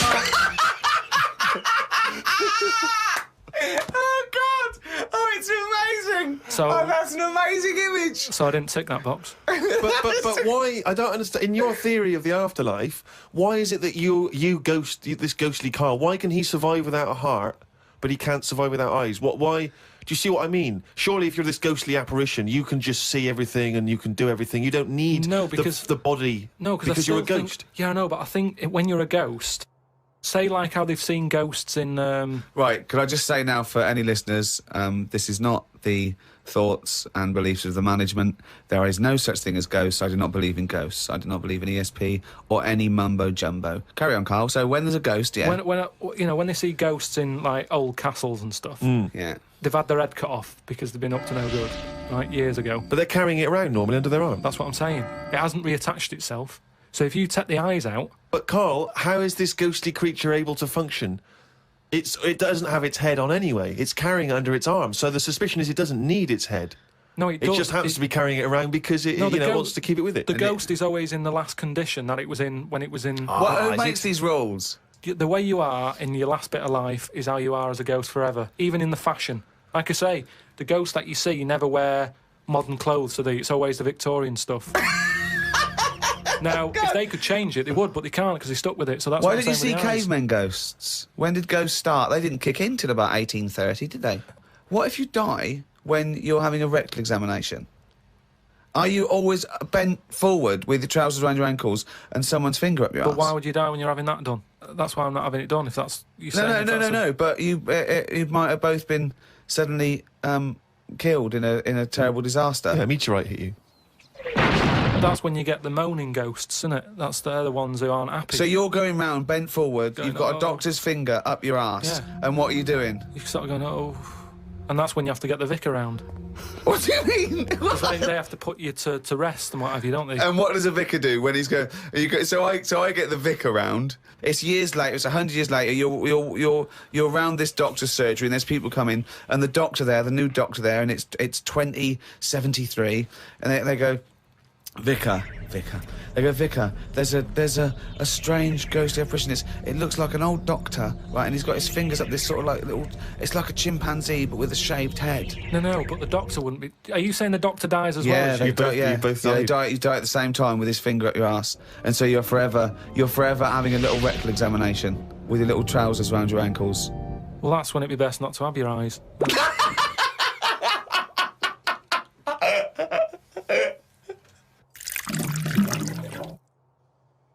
Questions for Karl, just to sort of try and tap into his brain, see what's going on there. Yeah. The questionnaire that is often featured at the end of the TV programme Inside the Actor's Studio.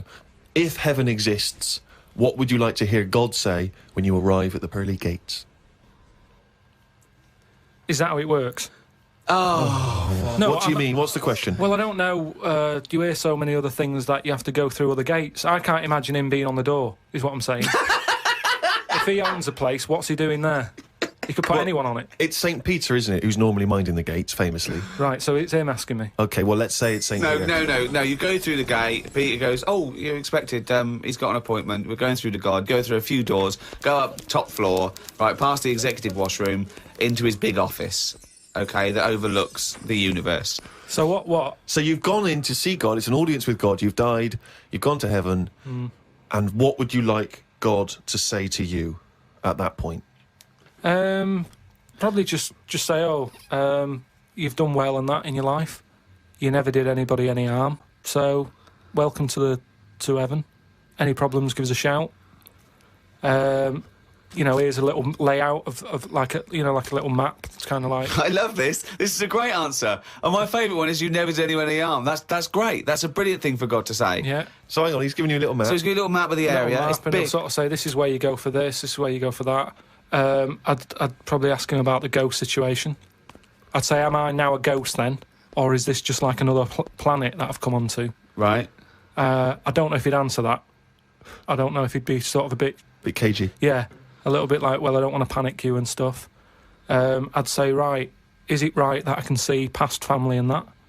Because, to be honest, I'd probably prefer to stay away. He doesn't even want to. No, but because the thing is, if you've That's done amazing. I've done all that in this life, so it's about moving on to another life and meeting different people, isn't it? Yeah. Otherwise, what's the point? It's just Yeah. like the same all over again, but everywhere's white. I mean, I don't know if it is like Do you this. think God would like this podcast? Well, I suppose it just kills half an hour, doesn't it? Well, yeah, but time's not a problem for him, is it? Yeah, it is, because he lives for ages, so he needs loads of filler. I bet he's, doing stuff that he's just like, I'm not really into this, but it's something to do, isn't it? Sudoku and stuff. But I think there'll be just as many problems up there as there is here, because at least people are leaving here, whereas up there, that's the thing that I'd be worried about the most, actually, that it's really crowded. Because it's years and years of dead people, isn't it? London does me head in. Up there, it's going to be well busier than that. What about teenagers? And do you feel that life was better in, say, the 1950s? I don't know, I wasn't around. So but you understand what it was like in those days. You've seen Happy Days. I don't know, people always say, don't they? Old people always say, it's a better life in the 50s. And it's like, yeah, it was for them. Of course it was for them. They're old now. Being old isn't great, is it? So you're just happy with your lot. I suppose I was happiest in about 1984. Quite a specific year. Why? It Why was was that? just I was free and happy. Do you know what I mean? How old were you? I don't know. 22, He's just counting on his fingers now. 12. Right, okay. And it was just good. So the happiest days of your life were between the age of 12 and 13? Yeah, it was good. I had the world ahead of me. Little did you know your hair was going to fall out and you were going to whinge every minute of the day. I had my bike. I like messing about my bike. You had your mates. I had a pet magpie. So you were probably the teenager that you eventually hate? Probably. Were you a good lad, law-abiding? I wasn't bad. I just sort of, just potted about. I mean, when people talk about what was on the telly back then, I don't have that much memory of it because I was always out. I was always playing out. What were you doing when you were out? Just playing about, just like on a bike or... Just riding in a circle endlessly Tell through you, blizzards, I loved it. rain, sleet, Loved it. hail. I never seemed to be in. I was always... When everyone always goes, where were you when Band-Aid was happening? I was always out on my bike. And everything was Like like... you and McGregor? A memory's always sort of like coming in for some orange and looking at the telly and seeing Princess Diana's getting married, and my mum says, have you seen this? And I'm going, oh, I'm going out on my bike.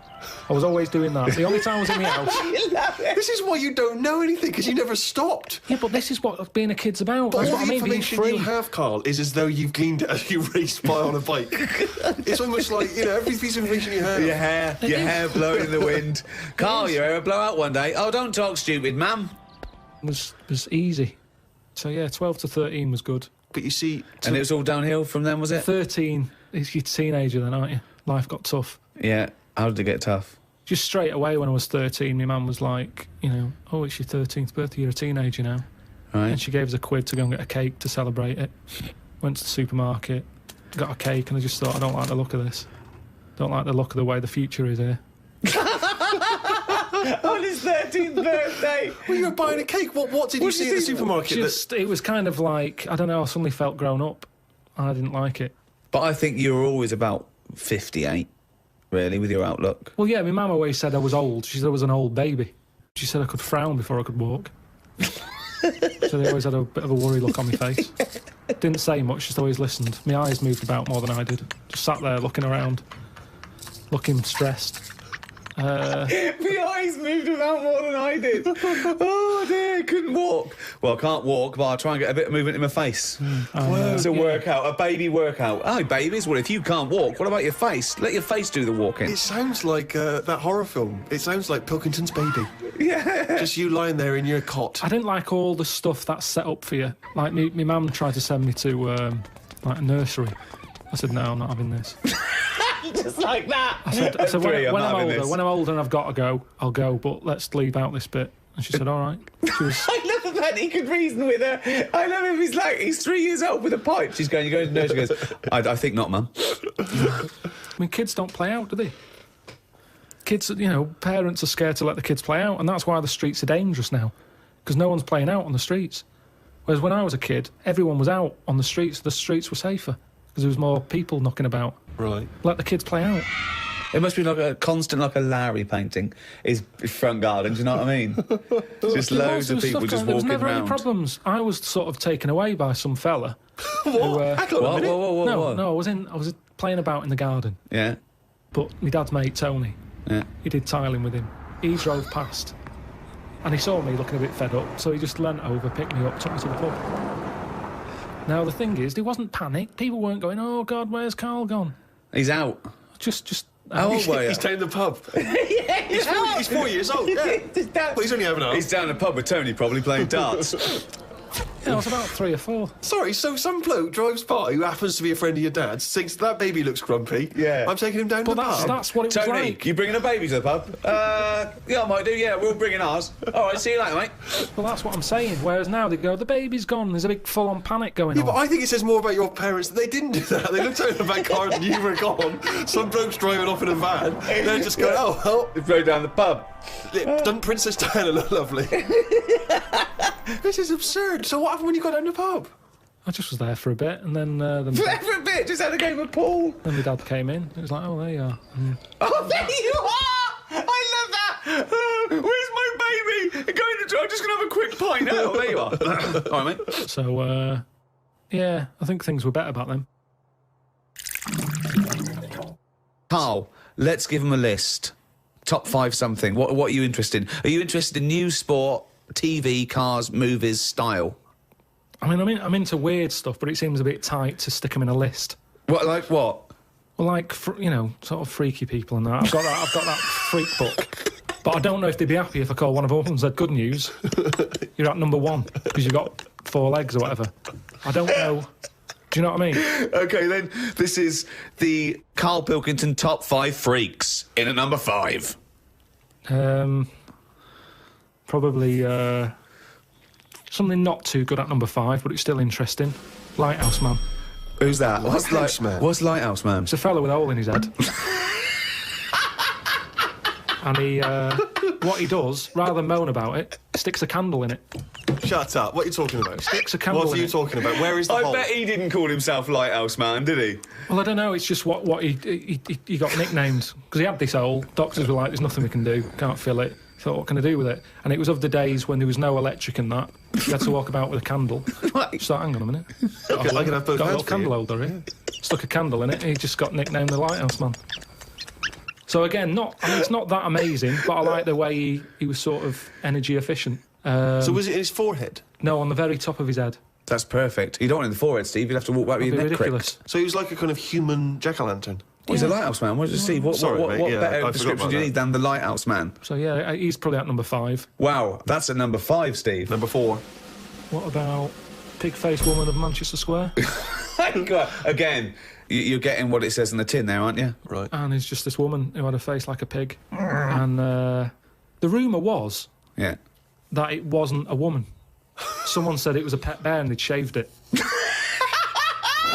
That's what that's what Was I've this heard. someone? Was this someone you saw? Or No, that you no, just read about? this is going back. This is years ago. This is years and years ago. Yeah. When there was loads of like weird looking people. I mean, the fact that it's Pig-Faced Woman of Manchester Square Yeah. says that there might have been one in Piccadilly Circus. yeah, whatever. So there was a lot more of them knocking about back then. Let's assume that it was a woman, and the first one, the Lighthouse fellow, he's a human. Do you think people would object because of their disfigurement, deformity, a bit like being called freaks? Do you think? Well, it gave them a purpose back then. See, if you were a freak years ago, there was work for you. You'd have these circus things. Now, if you've got a funny head, you're on the dole. Number 3? What about Elephant Man?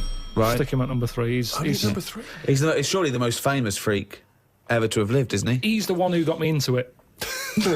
Right. Yeah. Sure. He's a sort of entry-level freak. Yeah. A gateway freak. Everyone is aware of him. If the Elephant Man still existed, right, and you got the opportunity to meet him, and you walked in, a couple of questions. 1, what would your first reaction be? And 2, what would you say to him? What would your first question be? How would I react? Well, I've sort of seen him enough now that it wouldn't shock me. So I don't even think I'd flinch. Okay. I mean, like I said, when I first saw you, that was a bit weird. But now, look, I can look at you. I don't double take or anything. What would I say to him, though? I'd probably say, where do you get that hat to fit you? He always had that on. Where do you get that from? That sort of flat cap that he's got. Yeah, that one, didn't he? So, yeah, I'd have him. So he's at number 3. Right. Elephant Man number 3. I can't wait for 2 and 1. Right, OK, number 2. Well, I know what my number 1 is. It's just number 2 now. I don't know his name, but there's a fella knocking about. Well, I don't think he's around anymore. But he had like a normal body. Looking at him, you'd go, "What's up with him? He's not a freak." Takes his undies off. Got 2 knobs. Right. Wow. Okay. I mean, there's nowhere to start. Do you think he uses them alternately, like have a wee out of this one, have a wee out of that one, or does he just like spread the load so he's weeing out of both? I don't think he knows. What do you I mean think it's he doesn't sort of know? like a lucky dip. When he goes to a urinal, Yeah. he can have a little bet with himself. He's just like, I don't know what's going to happen here. So do you reckon he holds them Holds both them out? definitely. So he takes his trousers down because, I mean, you know... Yeah, he can't use a Y front. Right. It'd be, Need more like a W front. Yeah. So he pops his pecs down there. I don't think it's that much of a problem. It's not like... Well... I don't know. I'd prefer that than Elephant Man's head. Well, of course you would. Well, that's what I'm saying. What if you had Elephant Man's knob? Yeah, but it didn't work like that, did it? That's the thing. They said he had the body of an elephant. Well, that's the only thing that wasn't of an elephant standard. His knob was normal. Whereas with this fella, it's the other way round. Everything normal. Take the pants off. Oh, well, what's going on here? But why would you ever take his pants off? No, I wouldn't. I'm just saying if... But why? I don't know why you'd be in a situation with this man with 2 knobs standing there with his pants on and you go pop your pants off. You're not a doctor. No, I say if I'm waiting in a cubicle and he's there. For what? Sure, you're waiting in the queue. I'm waiting to have a wee at a cubicle. Oh, He's in the taking 2 toilet. urinals up and going, hang on, you don't need them both, do you? He goes, well, actually, Oh, and then have a look at this. Right. He's got 2 knobs. See, I didn't see him at 2 urinals. I saw him at 1, maybe them pointing inwards. If you had that, say the first time that you met Suzanne, would you mention that straight up? Would you say, right, before this goes any further, I've got something to show you? Well, let's see. Tell me exactly what you would say. You had normal head then, didn't you? I had the same head, yeah. Yeah, but it had, like, hair coming out of it, didn't it? And sort of Yeah, but she also had a smaller arse back then as well, so I think we've both been dumb. Anyway, we need to get to number 1. Yeah, number 1. Okay, it is. It's Pillow Man. Oh, yeah. Hello, man. Okay, now explain for those that don't know who he was. He's a fella with no arms and legs, just a head and a little body. Nickname Pillow Man. Well, why is he your favourite? Just because he's amazing. Just the way he just got on with his life. He used to light a cig, just using his lips and his tongue and that. Oh, I've seen Not this. fully lit. He'd buy like Roll Your Own. Yeah, it's in the film Freaks, isn't it? Yeah. And he He had a rolls shave it. as well. Yeah, that's right. Yeah. How Do did he you have a think shave? he used to do it? He used to get it in his mouth, and I don't know. Jesus. It's amazing. Did he have a knob? I think he did because he had some kids. What? Yeah, he had kids. He was an all right looking fella. He wasn't odd looking. It's just Sorry? He looked like Samuel L. Jackson. Imagine him with no arms and legs. Right, that's odd though, isn't it? Really? It's weird, but you've got to give it to him. You know, I mean, he's there rolling his own. He's pretty cool looking. I just want to say to people, it's no. You say it looks cool, to, you know, with no arms and no legs to smoke, but don't forget that smoking can stunt your growth. Yeah, but yeah. Remember, he was on like this circus freak show thing with Yeah. like a bearded woman, Yeah. right? Which isn't really a freak, is it? She could have had a shave. Have a shave, you're not a freak anymore. Yeah. A bearded woman, compared to a fella who's got no arms and legs, a bearded woman, get out. But there was like a fella with no bottom half to his body, called Johnny Eck, was his name. So, you know, when you're knocking about with that crowd, you're going to get a bit. You're going to get a bit. So, yeah, he had kids, and they were all normal kids. They had all the limbs. Did his and wife everything. had arms and legs? Never saw his wife. Never saw his wife. I think He was probably ashamed of her. She was a bit of a freak. for someone like him, you'd think he'd just give up, wouldn't you? You think, forget it. What sort of life is it? Yeah. I'm like a Mexican jumping bean. It's not worth living. But he just got on with it. I mean, to have a shave, I don't even bother having a shave some days. No. Nor did the bearded lady. Lazy fucking bitch. So that's why I've put him at my number 1 position. It's just amazing, isn't it, the human? You know, how you know, whatever you dealt, some people just get on with it. Yeah. So, yeah, the Pillow Man. Or Draft Excluder, as I prefer to call him. There you go. Oh. Now, me and Steve are a couple of big shots. We do this for a laugh, but this is Karl Pilkington's only source of income. This is what you do now, isn't it? This is my full-time job, yeah. What do you think of that? Is It this depresses me. Why? This isn't what I ever wanted. Because I haven't got a purpose, have I? I'm sat here talking about the pillow man. If it weren't for him, I'd have nothing to say. It just depresses me. That I just wish I had a job where I felt like I was needed. And I don't feel needed. It's not a proper job. We need you. We need you for money for old Root. I know, but this isn't. I wanted something that, you know, when you die and that, it's, you know, you get up to the gates, whatever, and they say, "What have you done?" And then I'm looking worried, thinking, "Is the pillow man about?"